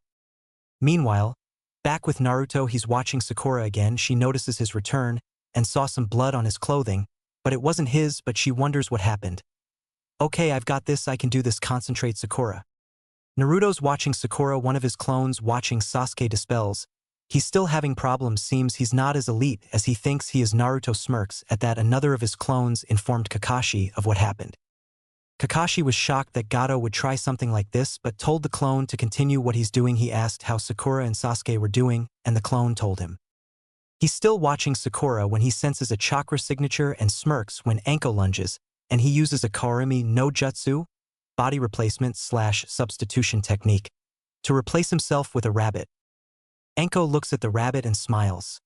Hey little guy, you don't look like Naruto-kun. Naruto appears behind her. Talking to animals is a sign of madness, you know, Anko-chan. But as you're already insane, I'm sure it's perfectly okay. Anko grins and strokes the rabbit. He's cute, I'll call him little Naruto-kun. Naruto raises an eyebrow, so what did Gigi have to say? Anko puts down the rabbit, which runs away, and she smiles. The great and sexy, and might I add single Anko Mitarashi is here to assist you. Naruto nods, I see. Anko pouts, and then when Naruto turns around to watch Sakura, she wraps her arms around him.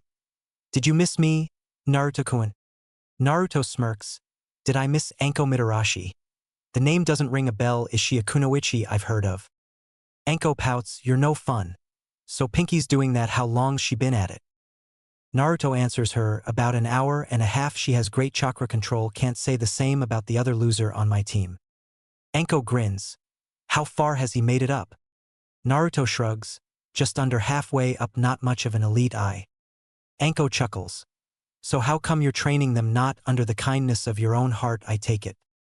Naruto smirks, hardly. Kakashi asked me to as he's unable to at the moment. But I think I might burn his collection of Ika for making me do this though. Anko grins. Oh, he wouldn't like that now, would he? Did his eyes almost bulge out of his sockets when you told him? Naruto nods, exactly that. Anko just chuckles. Loved your welcoming to the land of waves, present Naruto-kun. I enjoyed it. Sakura's watching this interaction and is strangely enough jealous of the carefree way she's all over her teammate, not that she has feelings for Naruto or anything, well, she doesn't think so, it's just wrong, the woman's older than him and is obviously flirting with him. Naruto then looks at her, okay Sakura. You can stop now, you've pretty much mastered it, why don't you go and inform Sasuke what he's doing wrong, that's if he'll listen to you. Then get some rest, I'm impressed.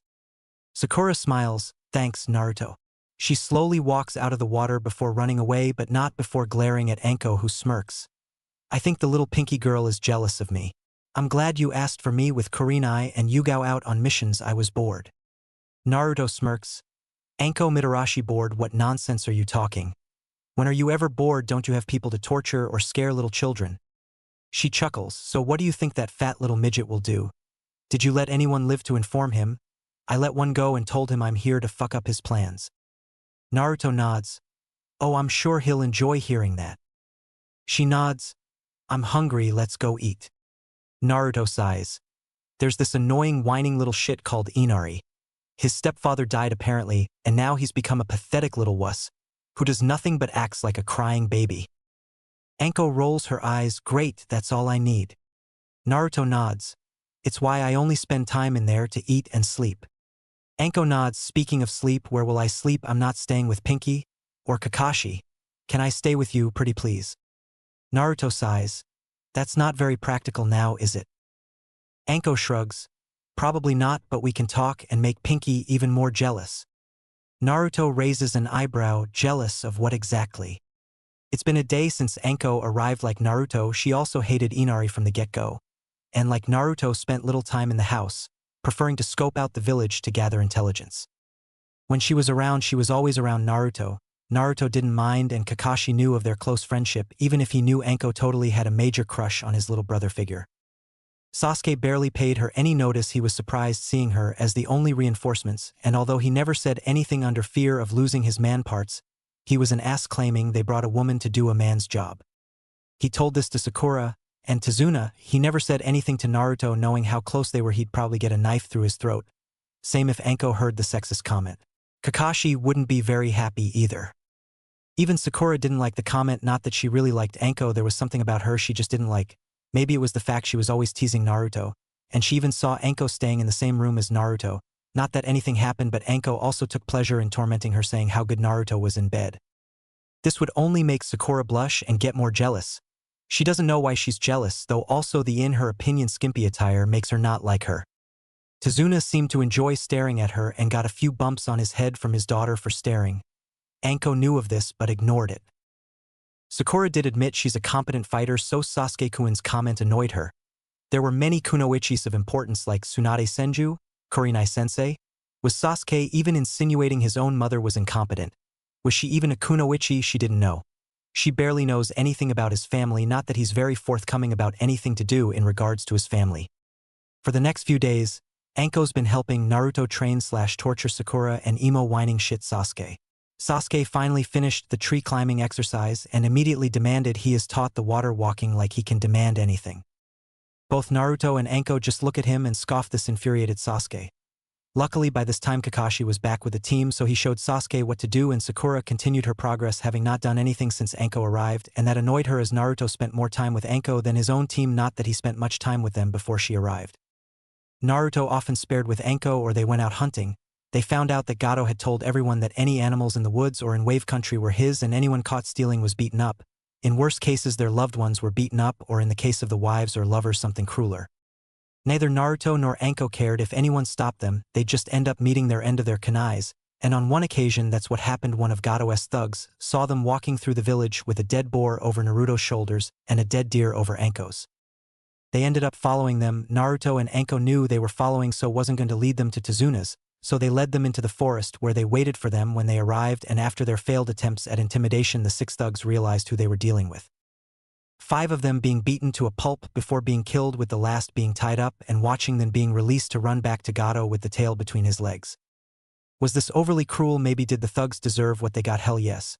Did Tezuna and his family welcome the extra food? Hell yes. When Sasuke and Sakura found out what they did, both were shocked. Again, both barely knew anything of Naruto and both know he's no stranger towards death, and it seems Anko's the same way. Kakashi just rolled his eyes. But in a way, it was a taste of Gato's own medicine. He was making the village live in fear, so Anko and Naruto were doing it and making Gato fear them. Even Inari was silent around Naruto and Anko, especially when he saw Anko spinning a kunai around her finger, grinning at him to dare say anything, which he didn't. When Gato found out about this, he was furious. This was the second time he's been informed about this Crimson Nightmare and Anko. He can't deny they scare even him. They're ruining everything. He's trying to make the villagers fear him, but with them too doing this, he's overheard rumors of hope from the people. This can't continue, so he visits Zabuza and demands he sorts this out. When Zabuza heard of Anko arriving, he was surprised, and even he admits troubled. Not only did he have to deal with Kakashi Hatake, he had to deal with that Crimson Nightmare, and now Anko, the pink-haired girl, isn't anything to worry about. Then there's also that Uchiha boy. He could become a problem. He even wonders if Haku can deal with the main threats. More than likely he'll face Kakashi again, maybe Anko leaving Haku to deal with the Crimson Nightmare and the Uchiha. When he heard about what Gato did, sending mercenaries after them only to be slaughtered by the Crimson Nightmare and Anko, he was angry. Now it wasn't because of what happened, no, it was because Gato was making him look like a joke. When he heard from Haku what happened, he laughed. It's now been a week since Anko arrived, and both Kakashi, Naruto, and Anko knows that Zabuza will be back shortly, and are wondering what will happen after the little mercenaries incident and the hunting thing. There have been no more problems. After training and the guarding the house all night, Naruto sleeping. Naruto barely sleeps sometimes, so after that they agreed to give him a rest. This left Kakashi, Anko, Sasuke, and Sakura to go with Tezuna to the bridge. Naruto only slept for a short while and already had clones watching. He already knew that sooner or later Gato would send people to Tezuna's house to capture his family, more than likely Tsunami. They'd probably just kill Inari. He already knows they're coming after what his clone informed him off last night before it left to do its own mission provided by Naruto. He just lies back down and rests, but he won't sleep, he'll just wait for the time to act. Meanwhile, back with Kakashi, Anko and the others, when they arrive at the bridge they're met with heavy fog, and both Anko and Kakashi realize what this means. Zabuza. They then see people unconscious on the ground. Kakashi immediately tells his team to stay back and protect Tezuna. Then they see Zabuza and Haku emerge from the mist. Immediately Zabuza creates some clones, but Sasuke without orders rushes forwards and takes out the clones. This surprises Zabuza and Haku, but not Kakashi or Anko. They both smirk at Zabuza and Haku's reactions. Zabuza then charges at Sasuke, but Kakashi and Anko block his path like he expected them to. Sasuke doesn't care and charges at Haku, leaving Sakura to guard Tezuna on her own. She just pulls out a kunai and waits for her chance, not that she thinks she'll be a big help. While this is happening, one of Naruto's clones spots several thugs and 2 samurai, Waraji and Zori, heading towards Tezuna's house. The clone immediately dispels, letting Naruto know who's lying on his bed. Once his clone dispels, Naruto smirks, worthless fools. He climbs out of the bed and makes his way downstairs. Once Tsunami sees him, she smiles. Morning, Naruto. Your friends left. Naruto just nods, stay inside, and whatever you do, don't come outside. There's a small group of idiots heading this way. Lucky I stayed here. I won't let anything happen to you. Tsunami is shocked but nods. Inari says he'll help. Naruto just raises an eyebrow. No offense, kid, but you'd only get in the way. This won't take long. Naruto steps outside the door and walks a few steps away from the house and leans against a tree waiting for the idiots. Tsunami and Inari look out of the blinds and wonder what he's doing. Once Waraji, Zori, and the 20 thugs arrive, they think this is an easy mission. Until they hear to the side. So let me get this straight, too has been samurai and 20 thugs have come here to kidnap Tsunami, am I correct? You didn't bring enough men. Zora looks at Naruto and scoffs. You talk big, just who the hell do you think you are acting all tough? With your little toy sword? Naruto steps away from the tree and smirks.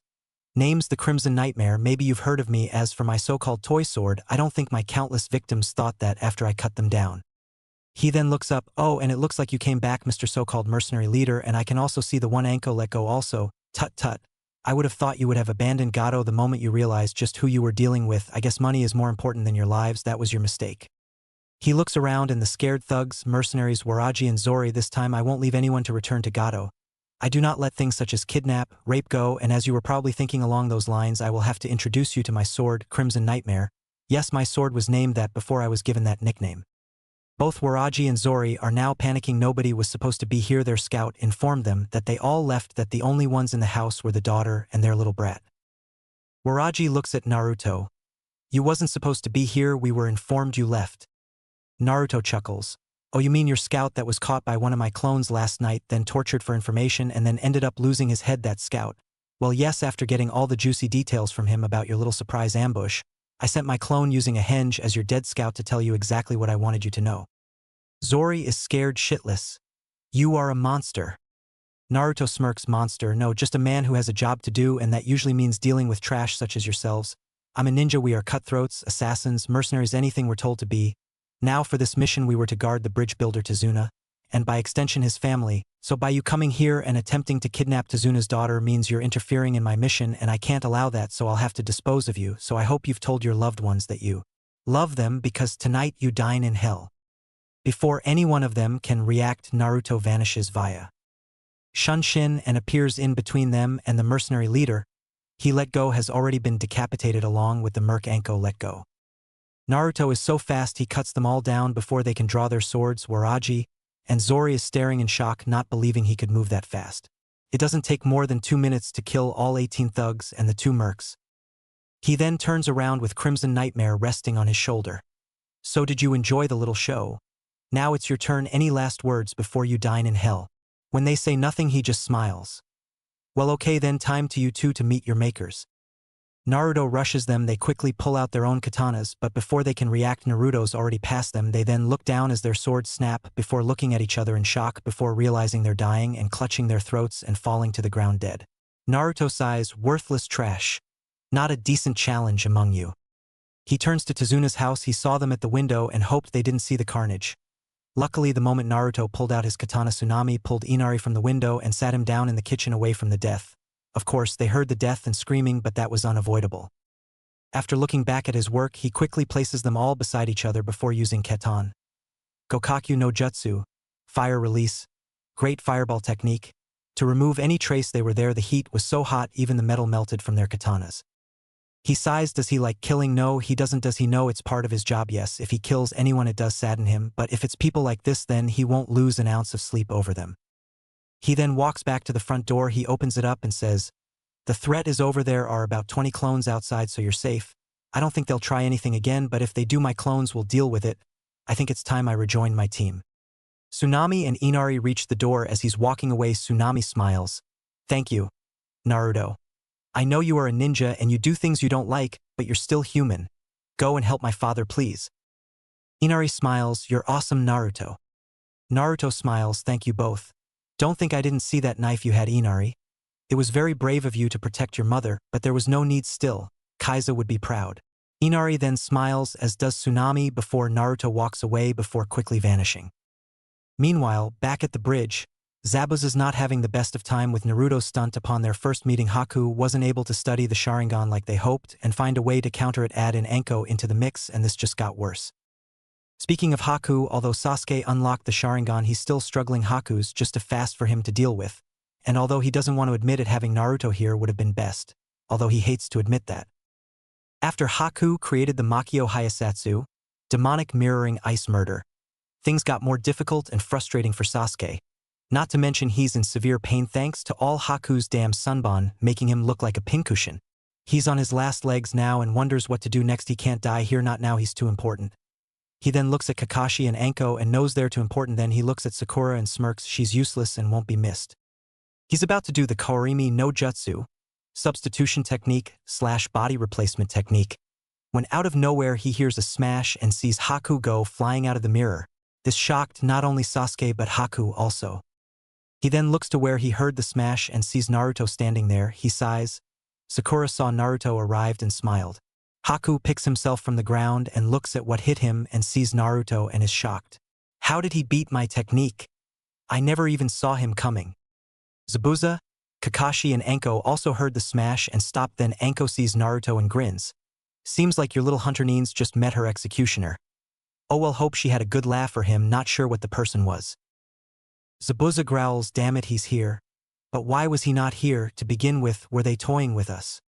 Kakashi smiles, well that's good he's arrived. I saw that look from Sasuke. Something tells me he was going to do something desperate, and from his final look it involved Sakura. I hope he wasn't going to do something like replacing himself with Sakura, although I'd hate to admit it, but with his ego and thinking he's unexpendable he'd see her as expendable. Naruto smiles as he sees that after Naruto's arrival Sasuke passed out. Well, it seems the Uchihas become a pincushion. Such a shame, well not really. So hopefully I'll get a challenge. Those 22 attackers I killed earlier I could have taken out in my sleep. Tazuna looks at Naruto and shouts over, what do you mean, are Tsunami and Inari okay? Naruto nods, yeah, they're fine. Tazuna sighs in relief, as does Sakura. Haku's wondering what was going on but just brushes that off and stands up. That was a lucky show. Before he can finish, Naruto's in front of him with his fist connecting with Haku's stomach. You were saying something about a lucky shot. Zabuza growls, damn brat's fast. Kakashi smiles. Yes, he is. Faster than your little friend, I imagine. Zabuza looks at Kakashi, then at Naruto in surprise. He's that fast. Naruto then vanishes again and appears next to Sasuke's unconscious body and picks him up and appears next to Sakura and tosses him on the floor and starts to walk back to Haku before he says over his shoulder, I'm sure you can keep him there, Sakura. Sakura and Tazuna just look at Naruto and thinks, he's so fast we didn't even see him move. Naruto then stops next to Haku, who's still rubbing his stomach. I think he broke rib with that punch. He then looks at Naruto. You said you dealt with some people before, who?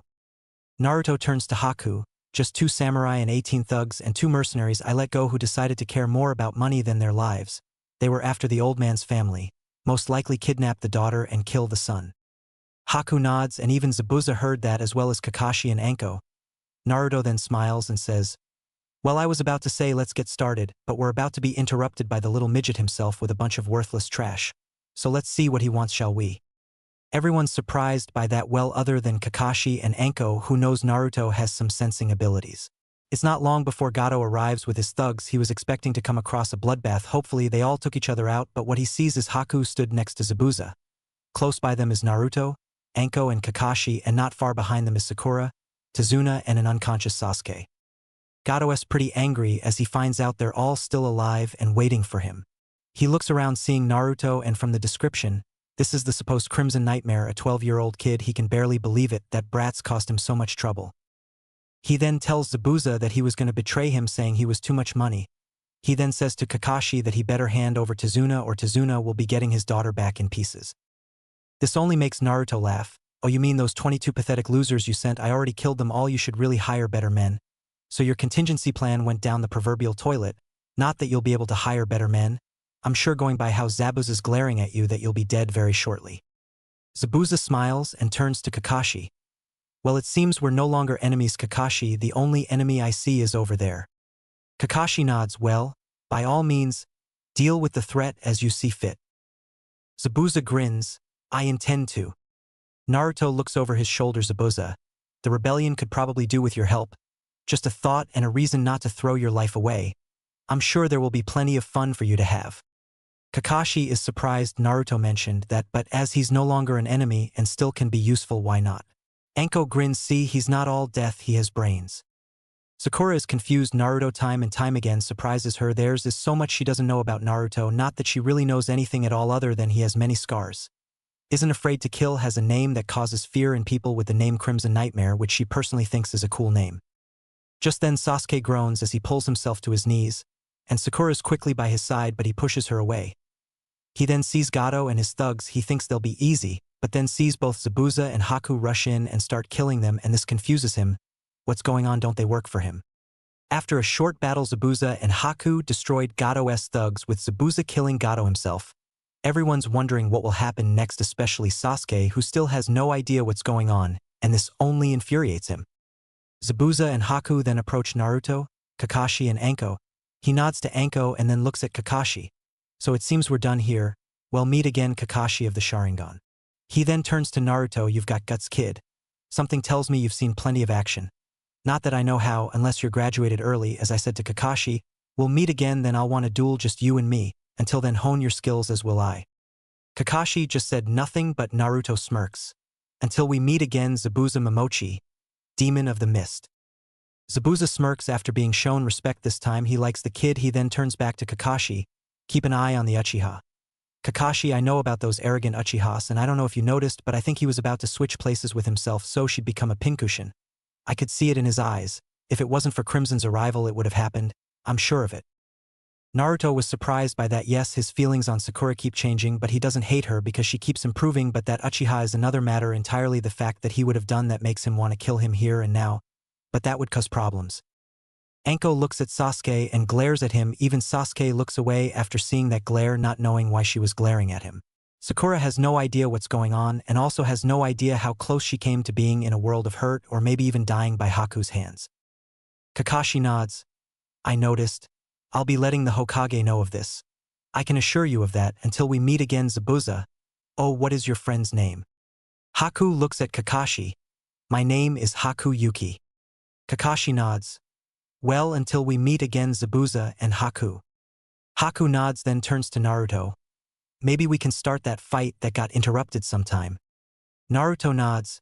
Anything's possible, Haku. Both Zabuza and Haku nod and then walks off. Sasuke then approaches them.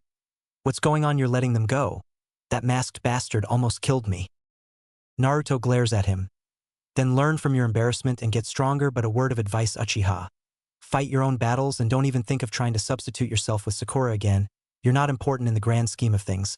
So attempt some shit like that and you will be sorry for all of 2 seconds before your head meets the floor.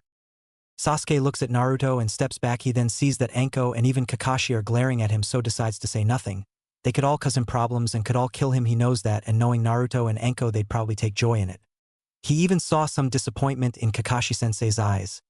Again, Sakura's not close enough to hear all this, deciding to stay by Tezuna's side. After Gato was killed, Naruto and Anko went to his place of residence and took everything of value, mainly his dealings, but also his money, wine, sake, food, and everything else. It wasn't like he'd need it, being dead and all. 2 days after the surprise outcome, the bridge is finished. There was a 2-day party, which Anko was happy about. They all eat and drank while Sasuke and Sakura drank normally. Kakashi, Anko, and Naruto all had sake. After 2 days of parties, it was time to head home. Inari was all happy and started to call Naruto Nisan, which was weird. Naruto just rolled his eyes. After Team 7 and Anko headed back to Konoha, Tezuna, Tsunami, and Inari were talking. Tezuna grins. So what should we call the bridge? It has to be a good name. How about the Crimson Nightmare Bridge? Tsunami slaps him over his head. We don't want to scare people, father, and with a name like that it certainly will. Just call it the Bridge of Hope or something. Tezuna pouts. Oh, all right then.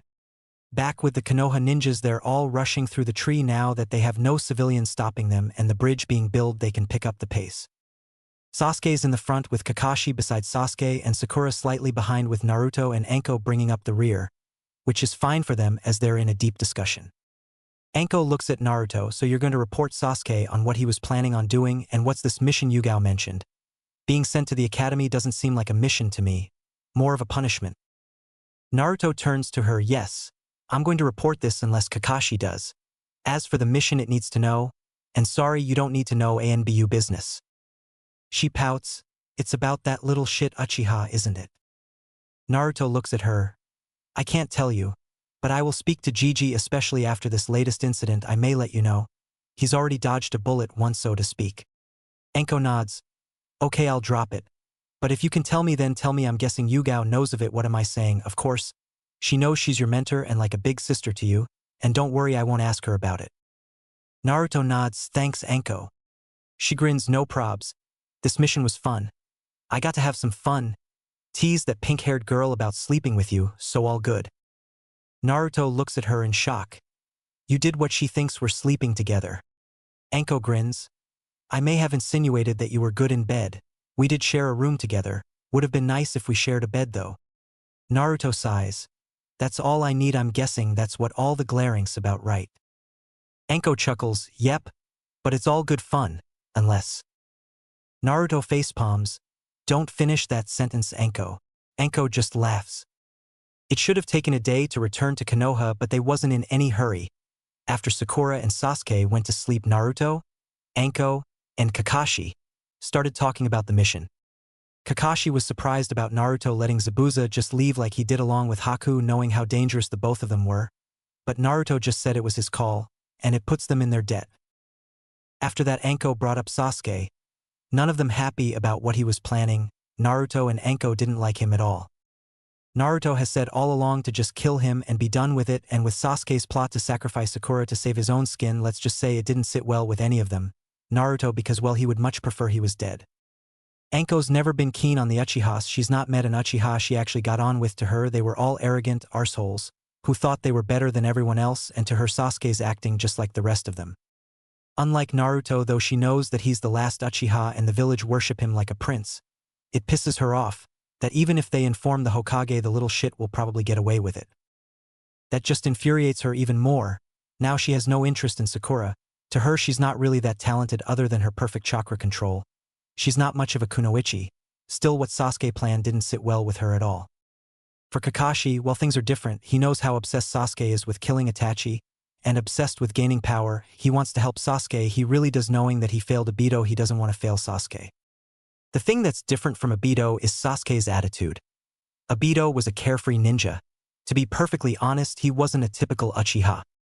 Sasuke is nothing like Obito. He's a typical arrogant Uchiha with a superiority complex who sees himself as an elite just because he's an Uchiha. He also has no respect for anyone but himself. To him, everyone is expendable.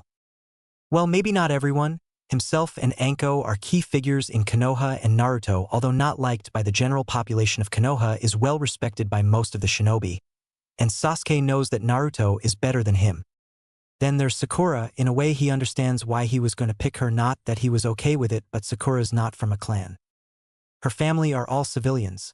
Other than being Kunoichi of the year, she's not that important, but it doesn't give Sasuke the right to play God on who lives and dies. Anko doesn't know what Naruto's true mission is, but Kakashi does.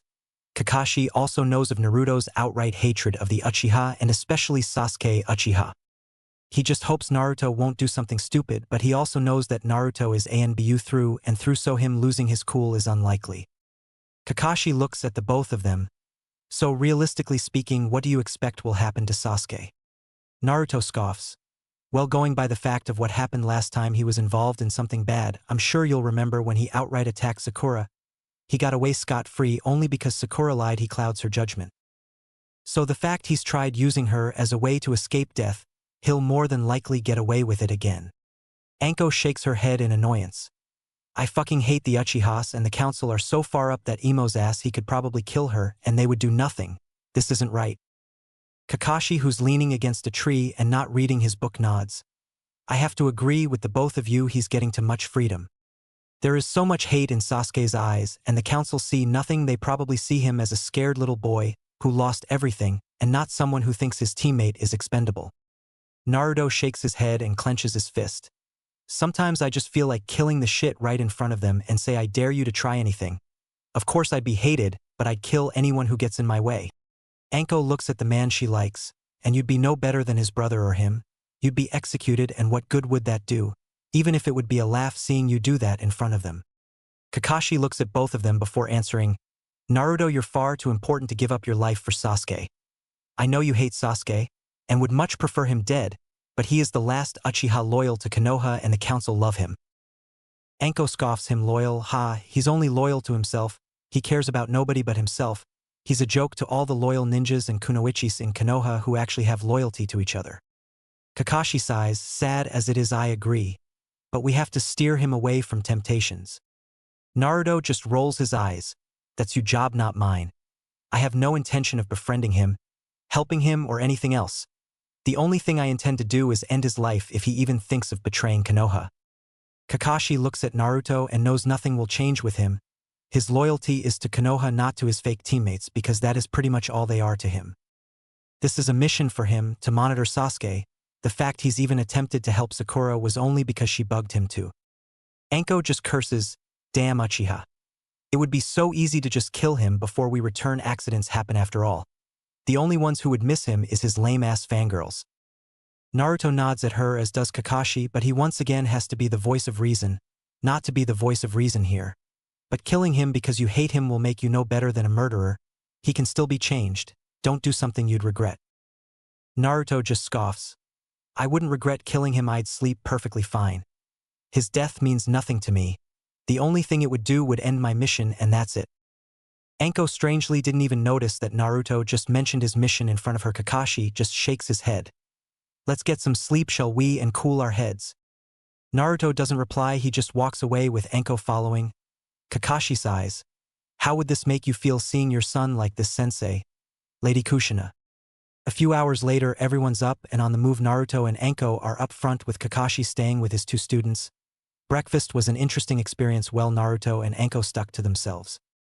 While Sasuke was, as Naruto would put it, talking out of his ass, saying that now he has the Sharingan that nobody could stop him and it's only a matter of time before Itachi dies. Naruto and Anko, who heard this, just scoffed. When Sasuke looked at them, they both gave him the finger. Kinda funny, they timed it perfectly with each other. Sakura was just smiling and saying how cool her precious Sasuke-kun is. Of course she never said that out loud, but everyone could see the stars in her eyes, and Anko looked at Naruto and did a gag motion, and Naruto smirked. Now they're almost at Konoha. Once they reach Konoha, Naruto and Anko quickly sign and then leave, surprising the others and make Sakura mad that he left with that slut Anko. When the rest of them get to the Hokage Tower, Naruto and Anko are already there but say nothing. Upon the rest of them arriving, they just step off the wall and knock on the door before getting the okay to enter. Once they step inside, Hiruzen can already sense the tension in the room. Naruto and Anko are not even stood with the rest of the team, they're leaning against a wall, letting Kakashi do all the talking. Once Kakashi's given the report, Hiruzen looks at them all. Again, he's not happy with that little shit Uchiha. Of course, from what Kakashi said, it shouldn't provide why there's tension in the room, so Kakashi's left something out. He tells them they can all go, and they do, but he gives a secret message for Naruto, Anko, and Kakashi to return once, letting the other two go on their way. It's not long before the three return. Once they come back in the room, he tells his secretary he's not to be disturbed until he's done. That includes the elders. Nobody, and he means nobody, is allowed to interrupt the meeting. Once that's done, the only ones in the room is Hiruzen, Kakashi, Naruto, Anko, and Yugao to guard the Hokage. Not that she's really needed to guard him, but none of the others have a problem with her being there. Once there's that sorted, he places up a barrier seal so nobody can hear into what's being discussed. Hiruzen doesn't even need to ask. As soon as the barrier's up, Naruto informs Hiruzen what happened. Hiruzen sighs, as yet again it's that Uchiha brat. Once again he's causing problems, and yet again it involves his other teammate Sakura Haruno. Yugao, who heard what Naruto said, shakes her head, knowing how Naruto's feeling. She knows he just wants to kill Sasuke and be done with it, and going by what he's doing, it may be better if he was gone. But he's still only a boy. Maybe he can change. She doubts it though. Hiruzen rubs the top of his nose and sighs. Sasuke yet again is causing problems. Again, I'll have to cause a council meeting. Naruto nods, yes, Hokage-sama. And everyone in this room knows he'll get off scot-free, just like he did last time. Hiruzen knows how Naruto feels and can tell just by everyone's body language that they all know it to be true. Even he feels that the same result will apply as last time. But he has to let them know. He tells them that they can go, and once they're gone, he informs his secretary to summon a council meeting. A few hours later, Naruto, Anko, and Kakashi are once again summoned to the Hokage's office. As soon as they enter, they can tell just by the Hokage's posture that what they knew would happen happened. He informs them of what was discussed and can feel the killing intent coming from Naruto and Anko. Hiruzen takes a puff of his pipe. The council, we're not completely convinced, but with your testimony, Kakashi and yours Anko, the council had to think of something. Unfortunately, they still see him as the last Uchiha. I don't think the Shinobi Council were happy with what he did. Sakura's own mother was shocked, but I think she's in denial. Hiruzen stands up and faces the window. She said it was probably a mistake on Sasuke's end, but even the Ninja Council knows that's just not true. A substitution jutsu is what it was. He intended to save his own ass by killing someone he sees as less important and, as you say, expendable. Naruto scoffs, how can you let this go? This is twice now. What is it going to take for them to get their heads out of his ass? Sakura's death. Now I don't have any attachment to her, but she doesn't deserve to be used as a scapegoat for his own cowardice. Even if she was killed, they would probably say she was less important and get Sakura's own mum to believe that. Anko joins in, this isn't right, Lord Hokage-sama. Why should he get special treatment? He cares about nothing but revenge. Everyone is expendable to him. Damn, he'd probably sacrifice you to save his own worthless ass. Kakashi, who's remained quiet all this time, finally speaks. I have to agree with Naruto and Anko. Hokage-sama. What kind of example is this setting, letting someone who cares about nothing but revenge and thinks everyone's beneath him can get away with doing whatever he wants? He has them wrapped around his little finger. Hiruzen snaps, enough. Don't you think I know that? But he's important to this village. He's the last loyal Uchiha and the council thinks he has certain liberties. Naruto scoffs. We all know that's a load of crap. Nobody will trust him. Nobody will want to work with someone who at any moment could use them as pawns to save his own worthless life. He's not and never will be a leader of men. The council would demand he's become a chunin and then jonin to boost his own ego, and he's already a worthless piece of trash already. How can you allow this to continue? Naruto bangs his fist against the wall. He should never have become a ninja to begin with after what Itachi did to him. Itachi's made him this way, and the council sucking his cock makes him think that he can do whatever the hell he wants. Hiruzen sighs, don't you think I know that? Do you think I want him to sacrifice people to save his own life? I'll answer that I don't. It sickens me how irresponsible he is, and I agree he's not chunin material, but my hands are tied. Naruto cusses, is that all, Hokage-sama? When Hiruzen nods, Naruto vanishes via Shunshin, with Anko bowing to Hiruzen before using Shunshin herself, leaving just Hiruzen and Kakashi. Hiruzen looks at Kakashi. I wonder what Minato would think of me right now, and what would he think of his son? Kakashi, who was thinking the same thing last night, speaks. In regards to Sensei's thoughts on his son, I think he might be disappointed in him, but I also think he would agree with some things. I think Kushina would more than likely want her son to get rid of Sasuke before he causes more problems. Even though Sasuke is Makoto's son and they were best friends, Kushina knows that nobody was above the law. Hiruzen nods, you may be right on that. Kakashi then says, what would Sensei say about you? I think he'd say you're in a bad position to begin with, and that you let the council get too full of themselves. He'd say you're giving too much free rein to Sasuke. Last Uchiha be damned, he's not more important than any other person. That is just Minato-sensei. I'm sure you know what Tobirama-sensei would have said. Hiruzen shakes his head. Yes, Tobirama-sensei would have had Sasuke executed as an example. Consequences be damned, but I can't do that. Kakashi nods his head, also knowing how bad this situation is. Naruto refuses to befriend him, to train him, or anything. The only thing he's guaranteed me is when the time comes, Sasuke will die by his hands. Hiruzen sighs. I'm getting too old for this shit. That will be all. Kakashi, try and get through to the boy, you know which one I mean. Naruto's views on the Uchihas mirror Tobirama-sensei's. Naruto-kun will not change his views on someone he's stubborn like his mother was.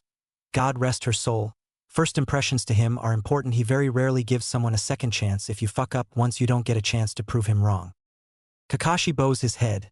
It's as you say, Lord Hokage-sama. Good day to you, Lord Hokage. Once Kakashi leaves, Hiruzen slumps in his chair. What do I do with that Uchiha? I won't allow this to continue, but what can I do? Talking to the elders about it won't do any good. I already know how they see the Uchiha. The next day, Team 7 has met up. Sakura is stood beside Sasuke, but Naruto is sat in a tree, not even attempting to interact with his so-called teammates. He's just sharpening his sword. When Kakashi arrives, he notices Naruto's not with his team, but quickly hears the sound of metal, so looks into the trees. Naruto, come down here and join your teammates. When Naruto does appear beside them, he quickly leans against a tree, not even attempting to act like a teammate. Kakashi just sighs but continues. Because we have just returned from that C-rank turned A-rank mission, we have been given a week off. In that time I expect you to train, but also have some fun. I'll see you in a week. He quickly vanishes via Shunshin, and before Sakura can turn around to ask what her teammates are planning on doing, she finds that Naruto has already left and Sasuke is also leaving. She asks Sasuke that because they have a week off, does he want to go on a date? When he just looks at her and calls her annoying, he doesn't even wait for a reply, he just walks away. Sakura is saddened by Sasuke's rejection once again and realizing that Naruto's also gone has nothing better to do than head home. It will be nice to see her mum after that long mission. After leaving his so-called teammates, he appears on the Hokage monument. Within moments, he's joined by two people, Anko and Yugao. Yugao looks at Naruto and smirks. No team bonding, Naruto. Naruto and Anko both look at Yugao like she's an idiot and she chuckles, then her smile drops. I heard that Uchiha brat got away with what he did. She crosses her arms under her breasts and shakes her head. The council are a bunch of fools, not even doing anything about his actions. He probably thinks he can get away with anything, even murder, and they probably wouldn't even do a thing. Naruto scoffs. There's no probability about it. He could probably kill children and the council would do nothing and blame it on what happened to him, but I'd kill him before he tried it.